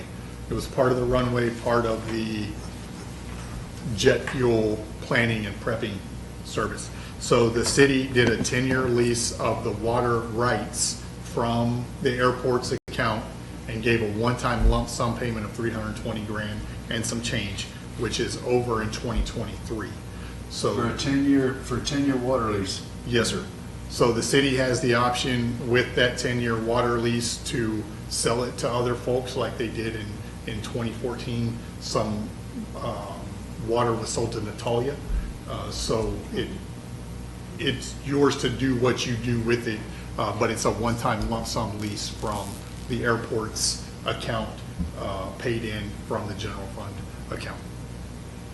And why do we pay it 10 years up front versus like year to year or every 2 years? I think that would have normally been done. I believe this was during Mr. Bob Lee's time, and I don't know if Mike was here when that happened, but the match from TxDOT was the 320 grand, and they needed that money. So that was the lump sum money. So they looked at the amount of time that it would amortize over and say, okay, for 320 grand, we can get 10 years of water rights to do as we wish. So we're going to pay for it up front. But you needed that money to match a grant, Yes, sir. so that's why you did that. But in essence, I mean, But it was Could- also, they had already had a 10-year grant, or, Yeah. I'm sorry, a 10-year Lease. lease for water rights, and it was up. And so they made the decision at that time to go with the airport To renew it. constructions and such. When- Yes. do we know when the 10-year lease is up? 2023. 2023. I just, from a city standpoint, I'm trying to understand the water lease, and that seems like that's a big gray area. At least for me it is. And I was trying to comprehend why you would tie up $320,000 in 10 years when it seems like if the city owned the well, that you could get a, Well, it It's doesn't, not, though. if I can It doesn't interject own the here, well. it's not physical water out of the well. right, it could It's be the pumped right out of to use anywhere, it, right. right? So for instance, where Castroville back then, talking to people, you like to hedge your bets if we go into a drought, where we're gonna get our water from. So like saw San Antonio is building a pipeline for billions of dollars from Burleson County to bring water into them. Here, because the city has the right to this water, we control the sell of this water from the airport. And we can't just go use it, we have to pay the airport for it. So as a way to give the airport money to make the grant, To be matching able to apply grant, for the that gave grant. money I there. I understand And that then- point, but it's, And it also gave the city the ability to know that they were going to have a source of water. And so, but we don't have to pull that, we don't have to pull any water out of that well, do we? well, it's not the What's not the well. well? It's not the well. It's the right to pump water out of the aquifer. Correct. So that way, even without that well, it has nothing to do with the well. The well could be shut down and capped. It has nothing to do with the well. It's where the city can pump additional water out of our wells above and beyond what the Edwards says we can pump. But we have the rights to that water because we paid we paid for that lease of that water from the airport. The airport has the water rights, and therefore it can sell those rights and earn income. It stays with the property. that was- The airport has the rights and not the city. Correct, because of the deed, since it was a military base, that is Yeah. part of the deed. The rights to anything on that land, to include mineral, water, everything, is the airport, no one else. It belongs to the city. All The assets. decision is made by city council, but you have to keep it in separate accounts. Correct. So when the city council back then made this decision that the city of Castroville's utilities are going to pay for these water rights from the airport, they had to transfer money from the utilities account to the airport account to pay for that lease. And then that gave the city, the airport account, funds to be able to pay for the airport extension, the runway extension. And the one previously, the 10 years before, that was because of a lawsuit. They needed Correct. cash to pay the cash up front. And so And- they just leased the water rights so they would have something. And these leases are it's just not some fictitious number. The leases are all based on what, because of law, because we cannot shortchange the airport, and we can't take advantage of the airport, and the airport can't take advantage of the city. So those lease values are all what the going standard rate is at the time the leases were made. I believe the deed states that all assets would be utilized to support the airport's operations. And To make it that includes self-sustaining. water. Yes, sir. I didn't understand that, or didn't hear it well. What did you say? That all assets from the airport property would be utilized to support airport operations, period. And that's so the airport doesn't become a drain on the taxpayers. It's self-sustained through facility rentals, fuel sales, grant money, sale of minerals, sale of rights, things of that nature. But in the city, I guess the part I'm having difficulty still with is the 10-year deal.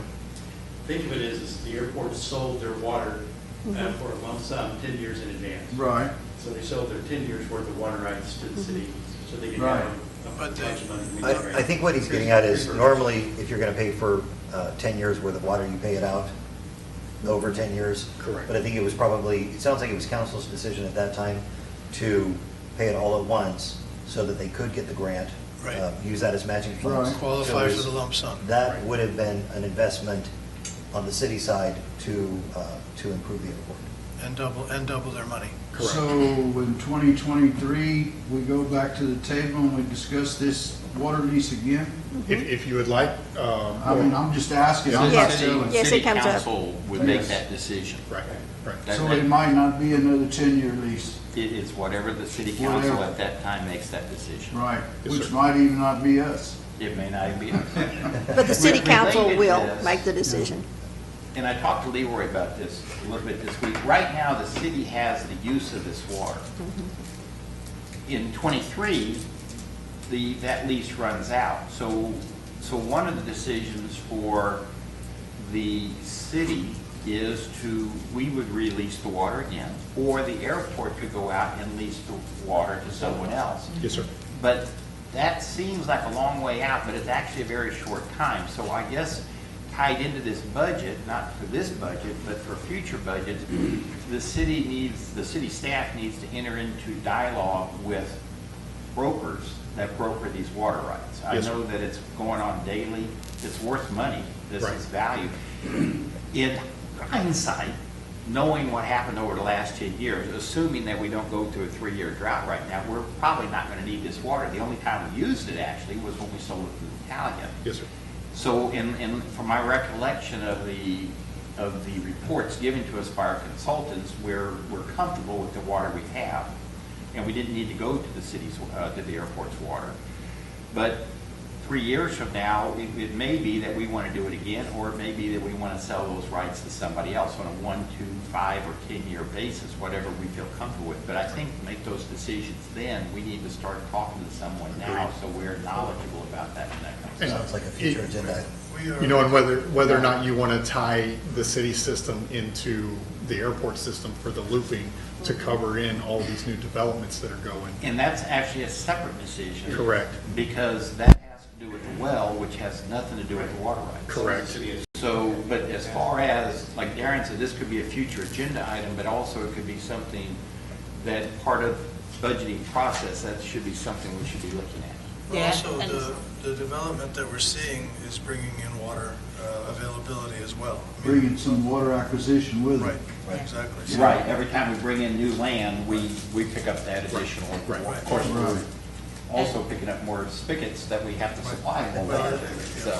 And as far as the looping thing, before we even suggest bringing the well in, because the way the deed is written, Right. you gotta talk to the city attorney, Yes, ma'am. because if we violate that deed, Yeah, I've been working with Miss Cynthia, so she's well versed. yeah. Yeah, my understanding is if we were to pump water out of that well, then the utilities would have to pay for that water to the airport. Which is Correct. justifiable, it's a mineral right. Correct. But, so from an accounting standpoint, you say, well, that's an additional expense, daily expense, but for the city to go put in a new well would be $1 million. So then you just look at those numbers. And Yes, sir. So, but that's something for. Yeah, that's Right. done very Right. We can get off on a So- tangent on Yeah, that one. So let me go back to this subject again. I'm still trying to understand it all, and it's a little confusing to me, but, so the deed on that well is to the city? No. No? Airport. It's to the airport. The So it's city airport owns deed. it, but it's in the airport account. Correct. It's a standalone. City asset. Okay, And it's not hooked up to our other wells. okay. And Medina, and the Medina Valley one, the other one also is not hooked up to our other wells. They're all separate right now today. But that one is wholly owned by the city. The one, if we utilize the one on the airport, we would likely have to pay the airport for it, right? You would The just airport account. Yeah. pay the, and that's all it is accounting error, or an accounting Function. action, absolutely, to go from the utility account to the airport account, still city account. It's just that money helps keep the airport self-sustaining, so it doesn't become a drain on the taxpayers. And satisfies the deed requirement. Yes. So with all the wells that we have that the city uses, I would have to say the airport included, we're allocated so many acre feet of water, correct? Really by land area. Okay, right. We have Remember when we 900 and take in- something acres, Yeah, it's including so the many airport. acre I think feet. it's 900 and something. Yeah, so you acre normally feet. only have 700 and some change acre feet, and then the 236 acre feet from the airport bumps you up to 970 something. That way if Do we we're- ever max out on pumping water to the city? Do we ever max that number? It was close when I came here in 07, 08, when we had the drought. Yeah, But also the extra, I guess, the airport water gives us a cushion to where if they go to stage, I don't know, 4 or 5, we follow that, but we have water that if necessary, we could use. So it's a cushion. We could always, if we were in a pinch, go ahead and contract for that water wherever we can get it. Absolutely. And, maybe that'd save us money, maybe it wouldn't. Right. well, my family has like 1,266 acres, okay? And we don't have no water rights. Ah, That happens to quite a bit of folks. Well, I mean, Someone sold them. Right. no. No, if it wasn't historically. No, you gotta have a pumping history. Exactly. We don't have no pumping history. You were ranchers.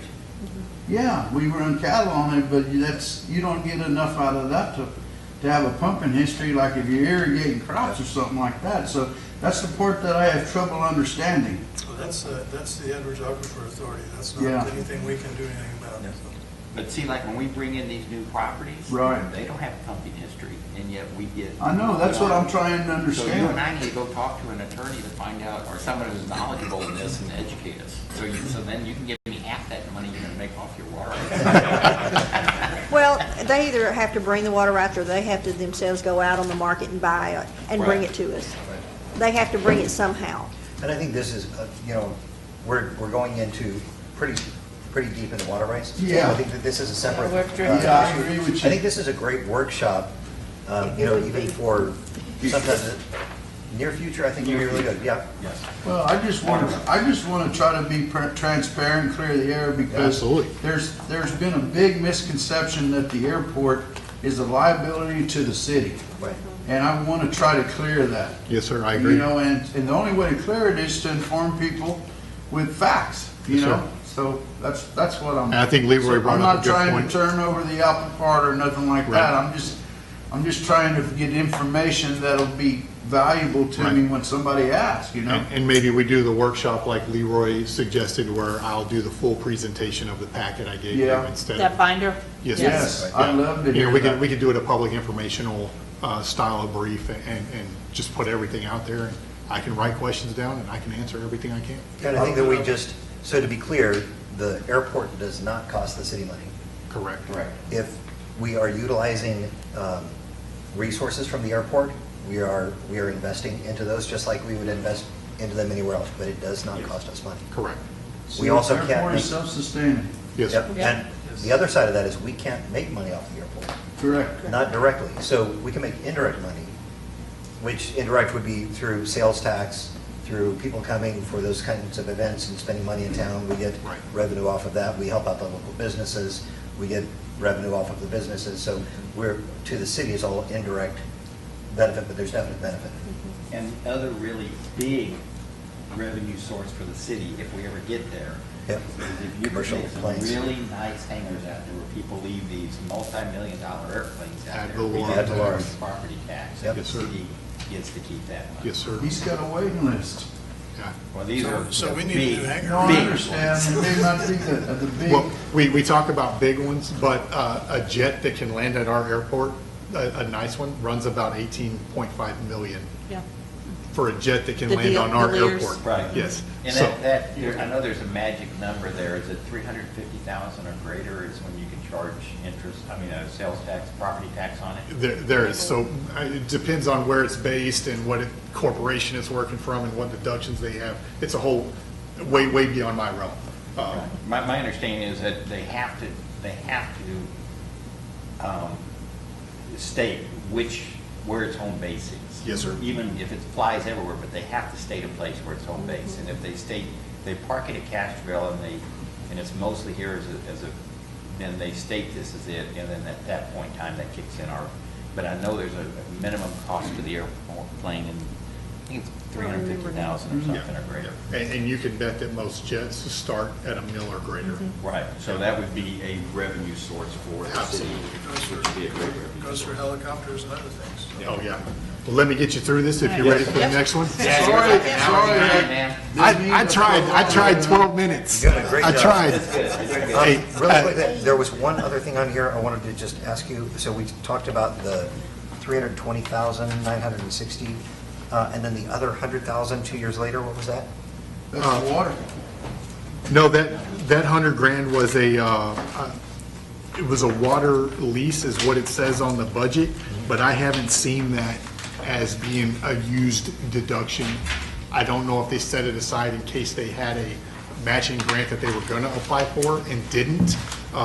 But I haven't found that 100 grand in anything other than the notes. But again, these are Budget. these are estimations, not actuals. Is that correct? Correct. Okay, cool. All right, it's a little bit. The one actual is, I knew for sure that $320,960 was given because it was in council minutes.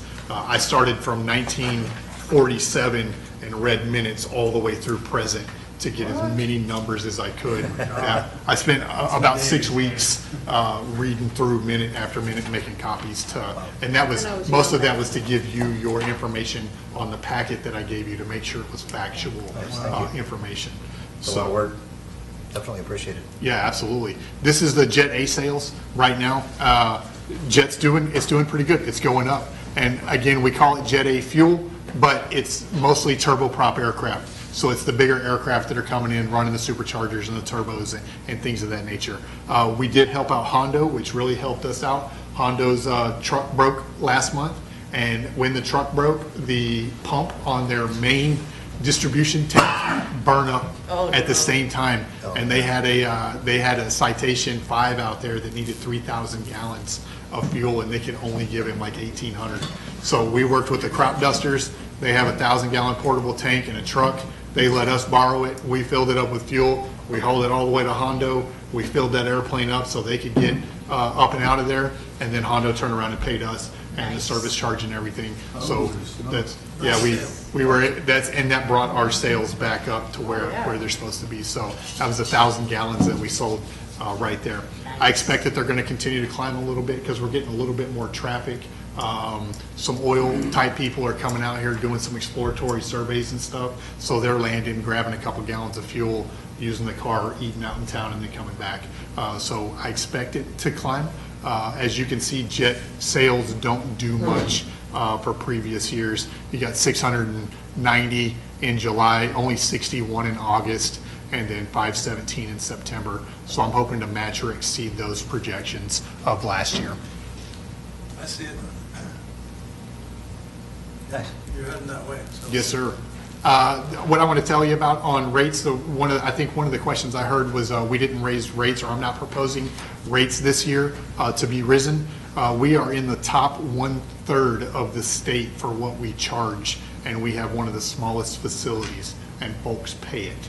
At one time in 2017, I believe, I saw 11.35% rise on one of the commercial hangars, where everybody else was only at 2%. So as you can see, our load numbers for what we charge, our minimum hangar is $246 for an enclosed hangar. Most people are at $175, $200, $165. This is the one that I try and pay attention to because it's Hondo. They have about 4 people on their waiting list right now, and they're only 18 miles away from us. So if they become more approachable, then we start losing our people. They're only at 165 for a hangar. We're at 246. They've been that way for like 8 years. They haven't raised their rates, and it's just working for them. The hail sheds, these are not enclosed. Hondo charges $72. We charge $132. And what is that called? It's a hail shed. It's just a roof, okay. just a lean-to to keep hail from damaging your wings. So everything, when you add it up for us, we run about 24 cents a square foot for usable hangar space, 17 cents a square foot for blank land for folks to build on. I've had 3 people approach me in the last 2 weeks to build their own personal private hangars, which will help us because their $400,000 airplane is going to be stored in there, on their hangar, so we get to start making that money. But Allow them to build the hangar? yes, sir. And we'll give them a 30-year. So we did that with DJ Brask. They have the hangar out there. You do a 30-year lease with a 10-year rider. That meets the state statute of not giving any more than 40 years, which you're not allowed to go over according to the FAA. And then after the end of that term, that building comes back to the city. Belongs to the city of Castro? Yes, sir. So they build a hangar, utilize it, pay us a ground lease, and then after 40 years, then we get to start charging you. 40-year-old building, so. Yeah. And Is there building criteria for something like that out there? I mean, do they have to build it to a pretty good standard? they build it to our city code standards, to IBC 2018. So that's what we use But everything. we gotta wait 40 years to own it? 30 or 40, depending on the lease. 30? Depending on the lease. Oh, Yeah, we can go up to 40, which is where most private entities want to amortize at, because they're going to walk away from a $250,000 building and just give it to you, and then you're going to turn around and charge them $1,800 a month to stay in the hangar they built. So they're going to keep their facility, very, very nice. Brass hangar with the asphalt, right around $400,000, and it's probably the nicest one we got on the airport. So it's And that's how that's worked with them? yes, sir. It's been phenomenal. It's universal, pretty much on city-owned airports, that's how it's done. Ground lease, you have to pay for the ground lease monthly. You build a building and then it ultimately becomes the city's property. But the city gets the And ground that's pretty lease standard around, right? That's what you're saying? Oh, quite. That is- across the that is- board. Businesses do it all the time with real estate. They lease, they build to suit. That's right. You build the building, or they build the building, and you lease them the ground perpetually until Correct. the contract runs out. So that's great. And we've got territory. 458 acres. But they gotta have airplanes in there, they can't just.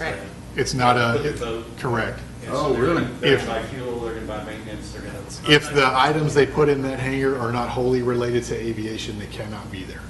So, and again, more planes, more fuel, more ad valorem, more people buying into the city. Right, indirectly. Big planes, property taxes. That's right. Any questions on that? You've got applicants for a ground lease right now. I'm currently working one right now. Excellent. Yes. Excellent. Yes. And then our business rate, Yes. is that? So the business rate is what we charge to rent a business hangar. I wouldn't call it commercial so much because there's no maintenance. There's, like the Lauderdales run Liberty Flying Service and they fly out of those hangars. So we charge roughly 24 cents a square foot for those buildings. They're city-owned buildings. We maintain them.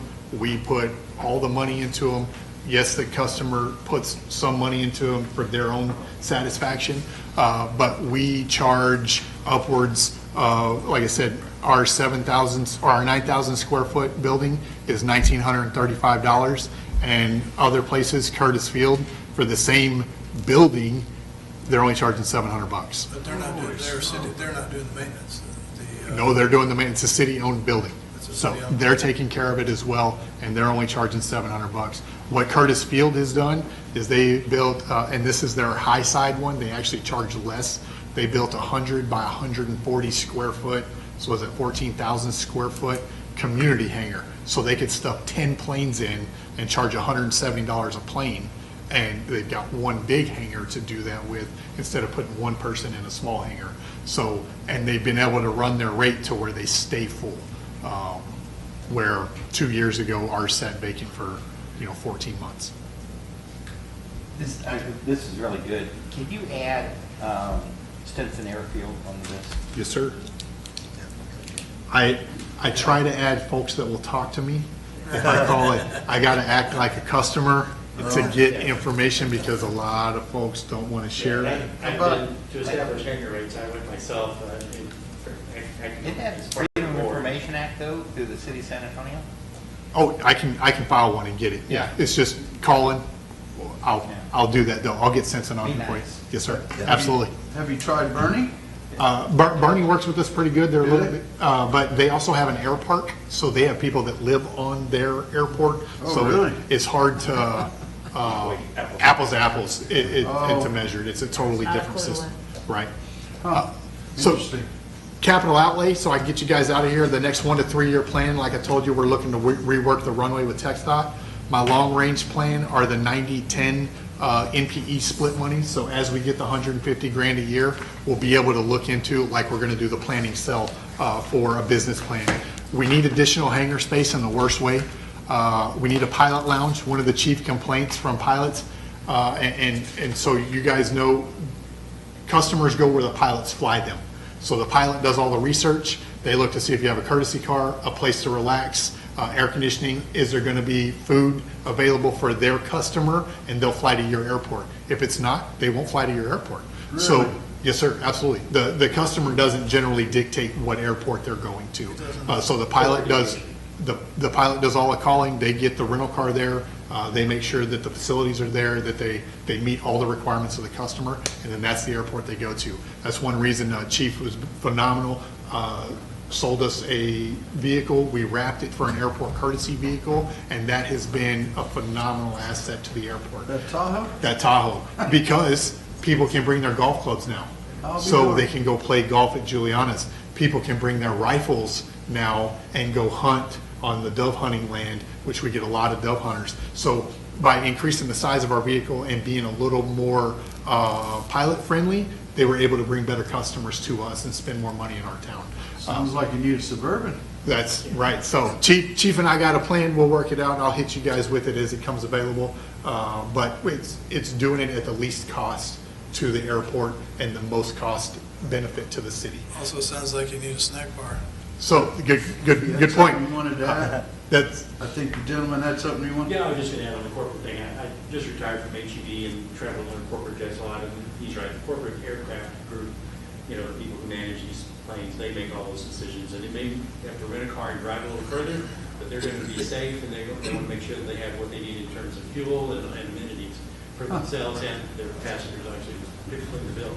But Maxwell Dodge has their own corporate jet that flies in, and their pilots just have no place to sit or rest or relax. And there's nothing there for them except a Coke vending machine. Oh, And really? So I had a good conversation with them. They flew in one evening after we finished up an airport board meeting, and they were a little disappointed that they couldn't. But the proximity to the dealership was the primary reason they landed where they did. But we could attract a lot more people if we had better amenities for those corporate pilots. They're the ones making the decisions. Related to that, have you all ever thought, I mean, I have been in meetings out there at the conference room, yes, sir. but, and maybe I'm naive, but any of the meetings I've ever had out there on behalf of the city, we could have had them here. But it would seem that you could very inexpensively turn that area into a lounge area, even opening up walls and everything. But We could. I actually have a calendar just for the conference room. It stays booked. But who's booking it? So anybody in town, CADEC, Fitwell, anybody that we can bring out there, we do. And I let them use that room so that way. Do they pay a fee on that then? No, sir, we don't have a fee established in the comprehensive Then fee what's schedule. the advantage of using it there versus, I mean, why have it, I mean, I can see if you're trying to promote the airport.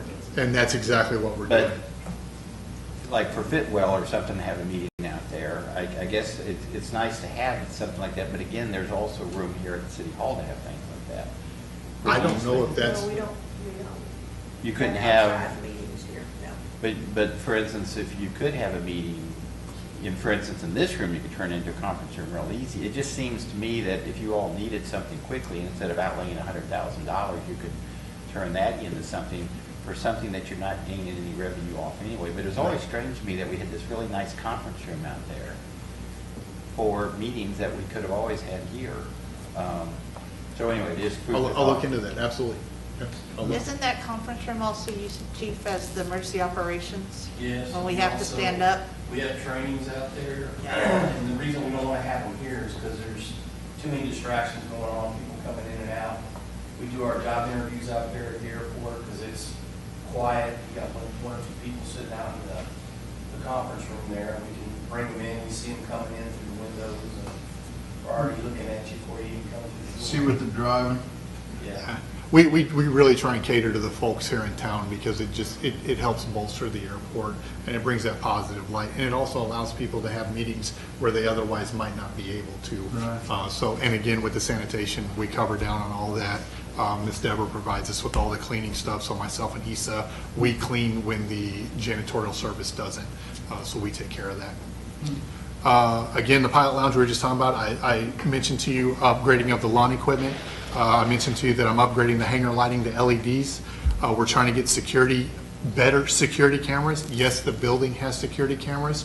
What corporate pilots have mentioned to us is they don't want to leave their $18 million jet on our runway and we don't have a fence or something that can look at it and make sure that nothing's being messed with. So I'm looking at security camera upgrades. I'm working with Verizon. They have a phenomenal system that we're trying to get going, which is all covered by grant money as well. And then security and game fencing. That's one of the major issues for our airport is if you had a bolt cutter, you could cut through on the Castroville side and drive right onto the active runway. So I've talked to the farmer, we've done the gate thing, then people were jumping over and stealing his batteries because there's no huge fence. So it's, we're strategically working to put the least amount of money in getting us the best security. And that's what I've got that grant writing company working on. They're trying to get us a couple of 2 or 3 different grants for security upgrades for the airport. And hopefully that will be at no cost to us. But that's part of theirs. The 3 to 5 year plan, a transient hangar, transient meaning they fly in, they're going to stay for 2 days. They don't want a microburst coming through ripping their wings off, so they'd like to be in a hangar. That's just a goal. 2 additional T hangar spaces. The T hangars are what all the tenants and customers park in. That's the long-term hangar. The sewer system install, as you guys know, we have the East Side Lift Station out there, and it's on airport property. And at one time, it was talked about running the sewer line out so it can become an aviation use as well. So I'm working with John Gomez on that. We got a budget, now we just got to look at how we can implement it. And I'm still working the paperwork with the FAA to get that released from non-aeronautical use so it's not a burden on the city. So that stuff I'm doing internal. And then begin business hangar construction. And by business hangar construction, I mean what we talked about, Mr. King and Darren, when you were just talking about guys building their own hangars. You know, they're building a business size, not a little 30 by 30 hangar to put your, you know, Cessna 172 in. We're talking about the guys that are flying the Twins, they're flying the Concourses, they're flying the small Lear jets. We want them to come here, be attracted, have a good, attractive lease for them to say, you know what, I can't amortize in Castroville for the next 40 years, and I'm going to be there, my kids are going to be there, I'm buying a house there, let's just build a hangar and sling some money your way. So those are... 25 minutes from downtown, there's no reason why this can't be a hub for private aircraft. Exactly, and you can generally expect that 10% out of 1,000 new home buyers are pilots of some capacity. So you can expect that probably 75 to 100 people buying in the new TerraCore home subdivision up there in Alsatian Oaks are going to own planes. You know, they're going to be pilots. They're not going to want to travel to San Antonio. They're going to want to be here and spend money in their town and not give it away. So we're looking at that as, you know, the 3 to 5 year plan, attracting those kind of people to come out here and be part of our community. You got enough runway for that kind of stuff? Yes, sir. We got 5,001 feet. That's So the reason for the extension. absolutely, Okay. absolutely. After the reduction. Yes, sir. I'll show you here. We talked about, and this is going to finish it up here, just a couple of slides. We invested, this machine here is a crack and seal machine. These are some of the cracks running down the side of our runway. This is what happened after I filled them. So that machine was $1,700. So we got a quote to do the entire apron, $220,214. I've got $6,000 in these 2 pieces of equipment and this beautifully donated trailer from the chief of police. And the chief of police, well, he let me borrow it. You know, if he needs it, I got to take it all back. But It's a DPS repo that was given to the police department. So Really? we don't use it, so I gave it to the airport. Awesome. There we go. Nice. so again, using Win-win it, situation. internal sources to cut down on costs to help us all out. John goes around. Yeah, exactly. So we have our own seal coat machine now, and we have our own crack and seal machine. Here was my test seal coat. This is 237 foot long and 75 foot wide. Between Issa and I, after crack seal and doing all this, I walked that entire area, and it just happened to be 102 degrees that day. But we got that done in about 4 hours. This was a hand seal? Yes, sir. Yep. So it shoots the coal tar. It's from a reputable manufacturer. It's called Asphalt Kingdom. They're out of Michigan, I believe, and they sent all this straight to us, and it worked right out of the box. They don't have a bar that you could put on the back of that trailer, and where you wouldn't, you just pull that and not have to hand walk it? They do, and what I wanted to do was the initial investment of $6,000 to save me 220 lets me have a learning curve. So as we do more, or as Streets invests, maybe I can split costs with them like we did the tractor and get a better upgraded machine. But this allows me to take care of, you know, my area of operations quickly, and allows me to fix it and save money from us having to borrow. Well, I guess I'm not saying a different machine, it's just a different applicator. So in other words, instead of your hand wand, Yes, sir. just Pull the trailer. Or off the back that you put off the back of the trailer. That's the biggest commercial one that I could get that would fit on the equipment we had.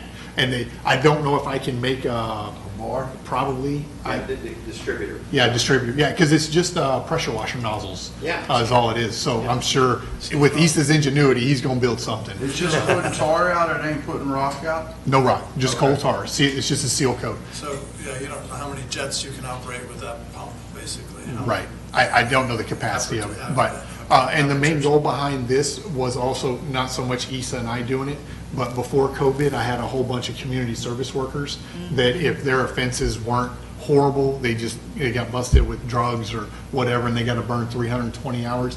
Last year, we had 1,000 hours donated to us. So I'll put them out there. They'll walk behind the crack and seal machine. They'll seal coat, and Issa and I won't have to do it, but we'll get it done at less of a cost. At the 102 degree. Does working on a ranch qualify as community service? I don't know. So our capital improvement project, the only one we did this year, this was the addition of the brass apron. This was promised for 5 years, and we finally got it done this year. That's the beginning stages. It was excavated 24 inches. It was all brought in, compacted. It's one of the few places on the airport where it's rated for 30,000 pounds as opposed to the classification of our runway, which is 15 grand. So we can, as we build up and better ourselves, we can allow heavier and bigger aircraft to come in. And there's the finished product. Nice. And there's an aerial view. Nice. These are the airport improvement projects. This here was just grass and dirt. So as you can imagine, it's a muddy mess every time it rains. And this here was dug up asphalt and mud and rock and gravel. And what it was doing when the cars would drive on it, it was bringing big dirt clods onto the runway. FOD. What I worry about is rock coming up and hitting a prop on an aircraft, and then they putting a insurance claim on the city because we didn't clean the asphalt and they struck their $3,000 prop on a rock that came up. So it's a protection measure. The guys were kind enough when they did the apron here, they had a little bit of leftover asphalt, so they did these two for me so I could make use of what we had on the airport. More than a little bit. Say again? More than a little bit. Yes, sir. This is the February photo of the microburst that happened the following June. Once we finally got all the insurance money, this is the March picture, and it was rented the exact same month. So we took a 40-year-old hangar that was built with rivets and welding, and we made it look like... It was wire tied together. It's exactly right. It was wire tied together. It was wire tied together. And with the insurance money, no additional money, I was able to have it completely reconstructed and rented in the same month. Very good. Yep. The last capital improvement project we had, this is a hangar that's the third oldest on the airport, so I believe it's 41 years old, 42. It looked like this. It leaked profusely. You can see the patches here and there, and you can see almost all the screws on this one side. 800 fasteners were reinstalled, an entire elastomeric coating was put on, and we're getting another 15-year warranty out of that roof without replacement. This one here is our city-owned hangar, which is where Liberty Flying Service crop dusters are. I had this one done last year, and we got another 15-year warranty on that as well. So the cost was going to be about $108,000 to re-roof it. We got 25 grand in elastomeric coating, and we got 15 years out of it. We talked earlier about what I'd like to present to you guys on Tuesday is just a resolution to move forward with a grant loan application from the USDA and where we would like to put a new hangar. That would be the location to utilize asphalt here. And again, I'll have a presentation for you. This is the size of it. This is the kind of commercial hangar I was talking about. This is 3,900 square feet. We got 8 additional T hangars through here. Total combined revenue will be about $52,800 with this all leased. And I've got people that have asked to write checks to hold their spots for it to be built. So again, that's just to give you kind of a concept of what I'd like to show you on Tuesday. Now, is and budgeted this year, or you're asking to budget this next year? Or you're waiting to get a grant and you won't do it without a grant? This, it would be a direct loan to the airport fund from the USDA, no cost to the taxpayers, and it is not included in the revenue or expenditures for this report, because I haven't been able to give you the whole piece of it. So you're coming next week to ask us permission to do it? Yes, sir. To move forward with the grant, but you don't anticipate that it's going to occur in the next fiscal year? No, I absolutely expect it to fund next month if we approve it. The USDA would like to give us all that money next month. So we're not reviewing that right now because it's not a part of the current budget. It would be in addition to that. Correct. What I've done is I've tried to do all the feasibility studies to make sure that this is a viable option for us and give you a single packet of here's what we would like to do without saying, I hope. But next month, you will know for sure if this is going to occur, and at that time, it should go in as a revenue source, part of the budget, and any expenditures that we're going to. Yes, sir. Part of the budget, so that would be wrapped into the budget, the final Yes, sir. budget. So then we would anticipate to do it in time for the new budget. Yes, sir. Okay. Summary, that's what we talked about. If you're wondering, yes, that is me flying that aircraft. Yeah, that's me flying that aircraft in Hawaii. Yeah, absolutely. So the PAO of the Army took that from a Black Hawk.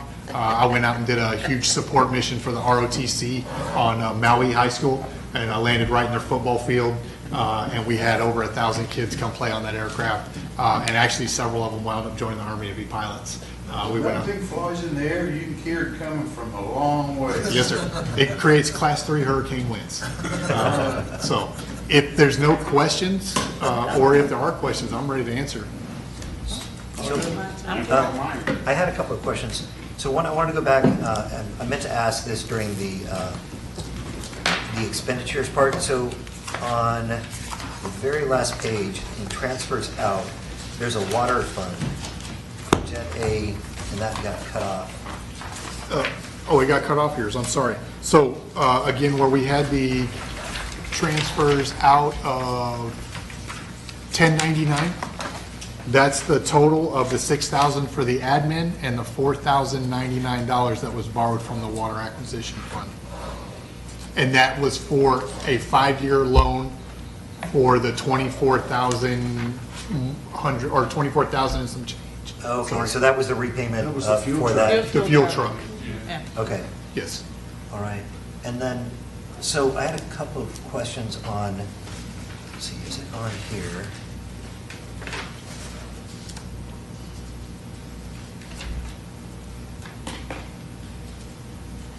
So in terms of the cost of, how do you capture with the ball fields? I know that it's like, what, $1 a year, it's minimal, it's not getting from on here.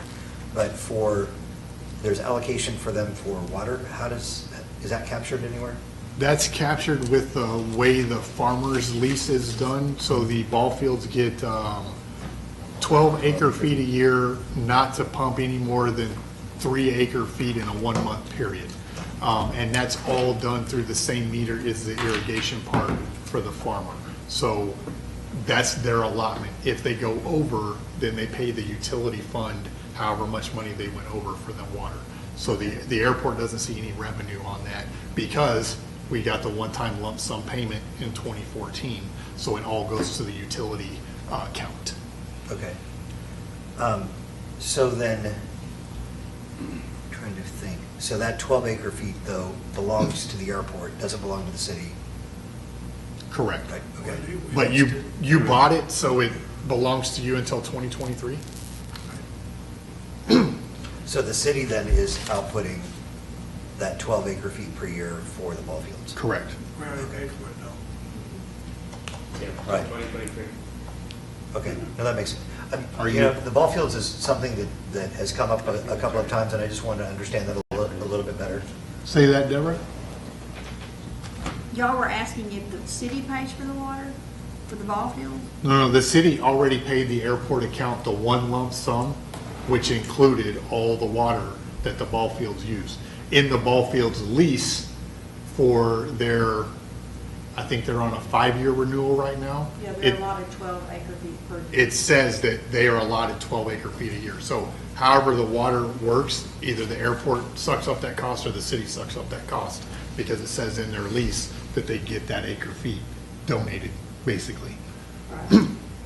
So the expenditure of that water comes out of the city's general revenue funds, and those funds were already paid for the airport funds back at the beginning of that 10-year lease. And that's my understanding how that transpires. So basically, they're consuming 12 acre feet of the 700 and whatever.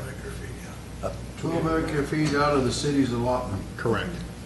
Okay, but then, They have the right to 12 acre feet, whether they use it or not, or if they use more. then they have to pay for anything over 12 acre feet, right? Yes. And I don't know that they've ever went over, I because can't that's a imagine lot that of. they've used 12 They've never- The only time it's gone over is they had Here. a significant irrigation leak where they used like 33 gallons in a 2-day period. So it was all shut off until it was fixed, and they rectified the situation, so.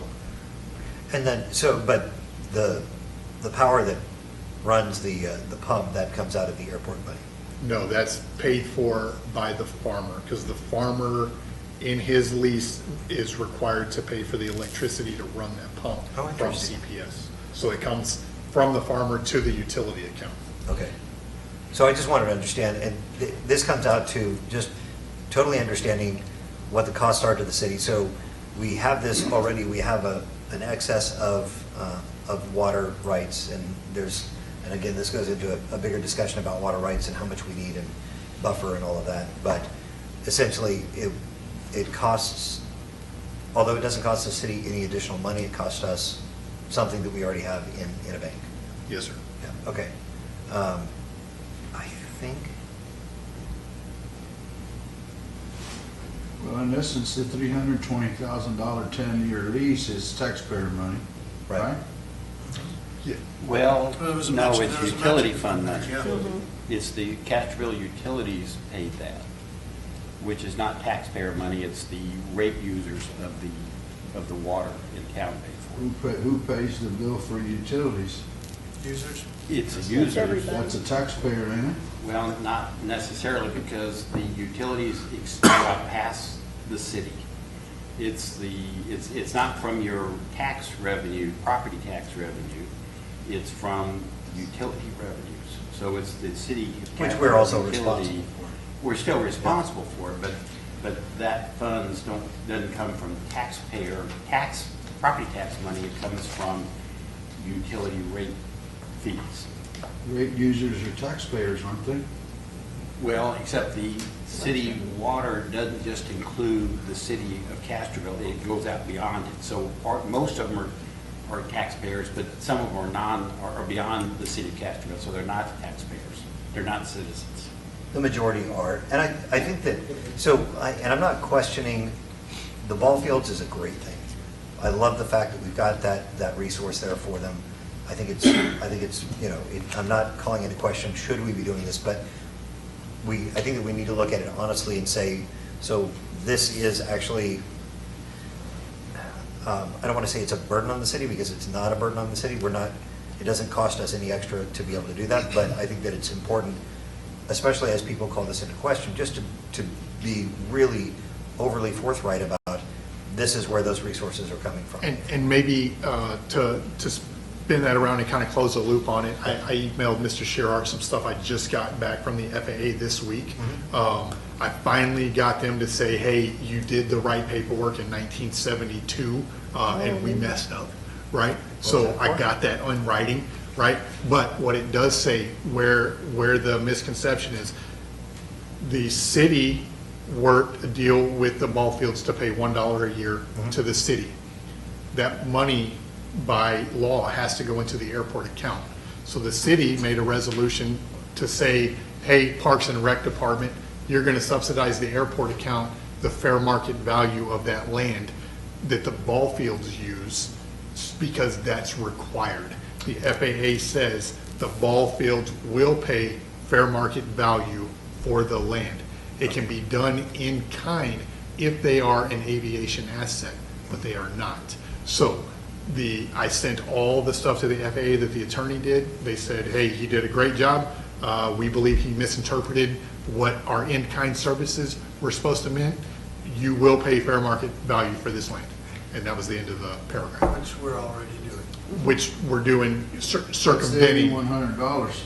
Yeah, $8,156, I Right. think, but we're circumventing it by the airport, or the parks paying the airport account, as opposed to the city is receiving that $1, which is supposed to go into the airport account to make it legal. Would not be a proper and responsible. Very complicated. It is very complicated, and the regulations that I have to go through are pretty immense. But that is my presentation, and, for future agenda items, if you want me to hit any topics specifically, let me know and I'll nail them out. Okay. Great. Thanks, Steve. Yes, sir. Thank you. Any other questions? I'm making a motion we adjourn. If anybody asks, my audio has defaulted, and so it's not going to come out properly because it says it's too full. When did it default? I don't know what's happening. We tried to take some things off of it the other day. I was only supposed to be 12 You minutes. got Mr. Microsoft here? Sorry, I had to ask questions. You got a Microsoft But you guy got here? a live stream Come on. on Facebook, and you got, of course, the YouTube will be here, but it's not gonna, this meeting has only been, it's got 5 minutes going, so. It only recorded for 5 minutes on the live stream? No, my audio that I do separate. Oh, gotcha. It's a totally different program, and I don't know why it suddenly decided to do that, and so we're gonna have to do some changes. So, and I don't know if you guys caught that, but this is getting, we now have Angela and Deborah and Leroy have been working on getting this put in. I don't know who all else has been doing this, but we're getting it on Facebook Live as well to make it easier. So it's in an effort to make sure that we are getting the word out to anybody that wants it, making it very readily accessible to them. So it's a really awesome thing. We had a motion to adjourn. Do I have a second? I'll second. All in favor? At 6:51? At 6:51. Thank you. Thank you. The meeting's officially over. What Paul told you last time, you essentially say, if there's no further business,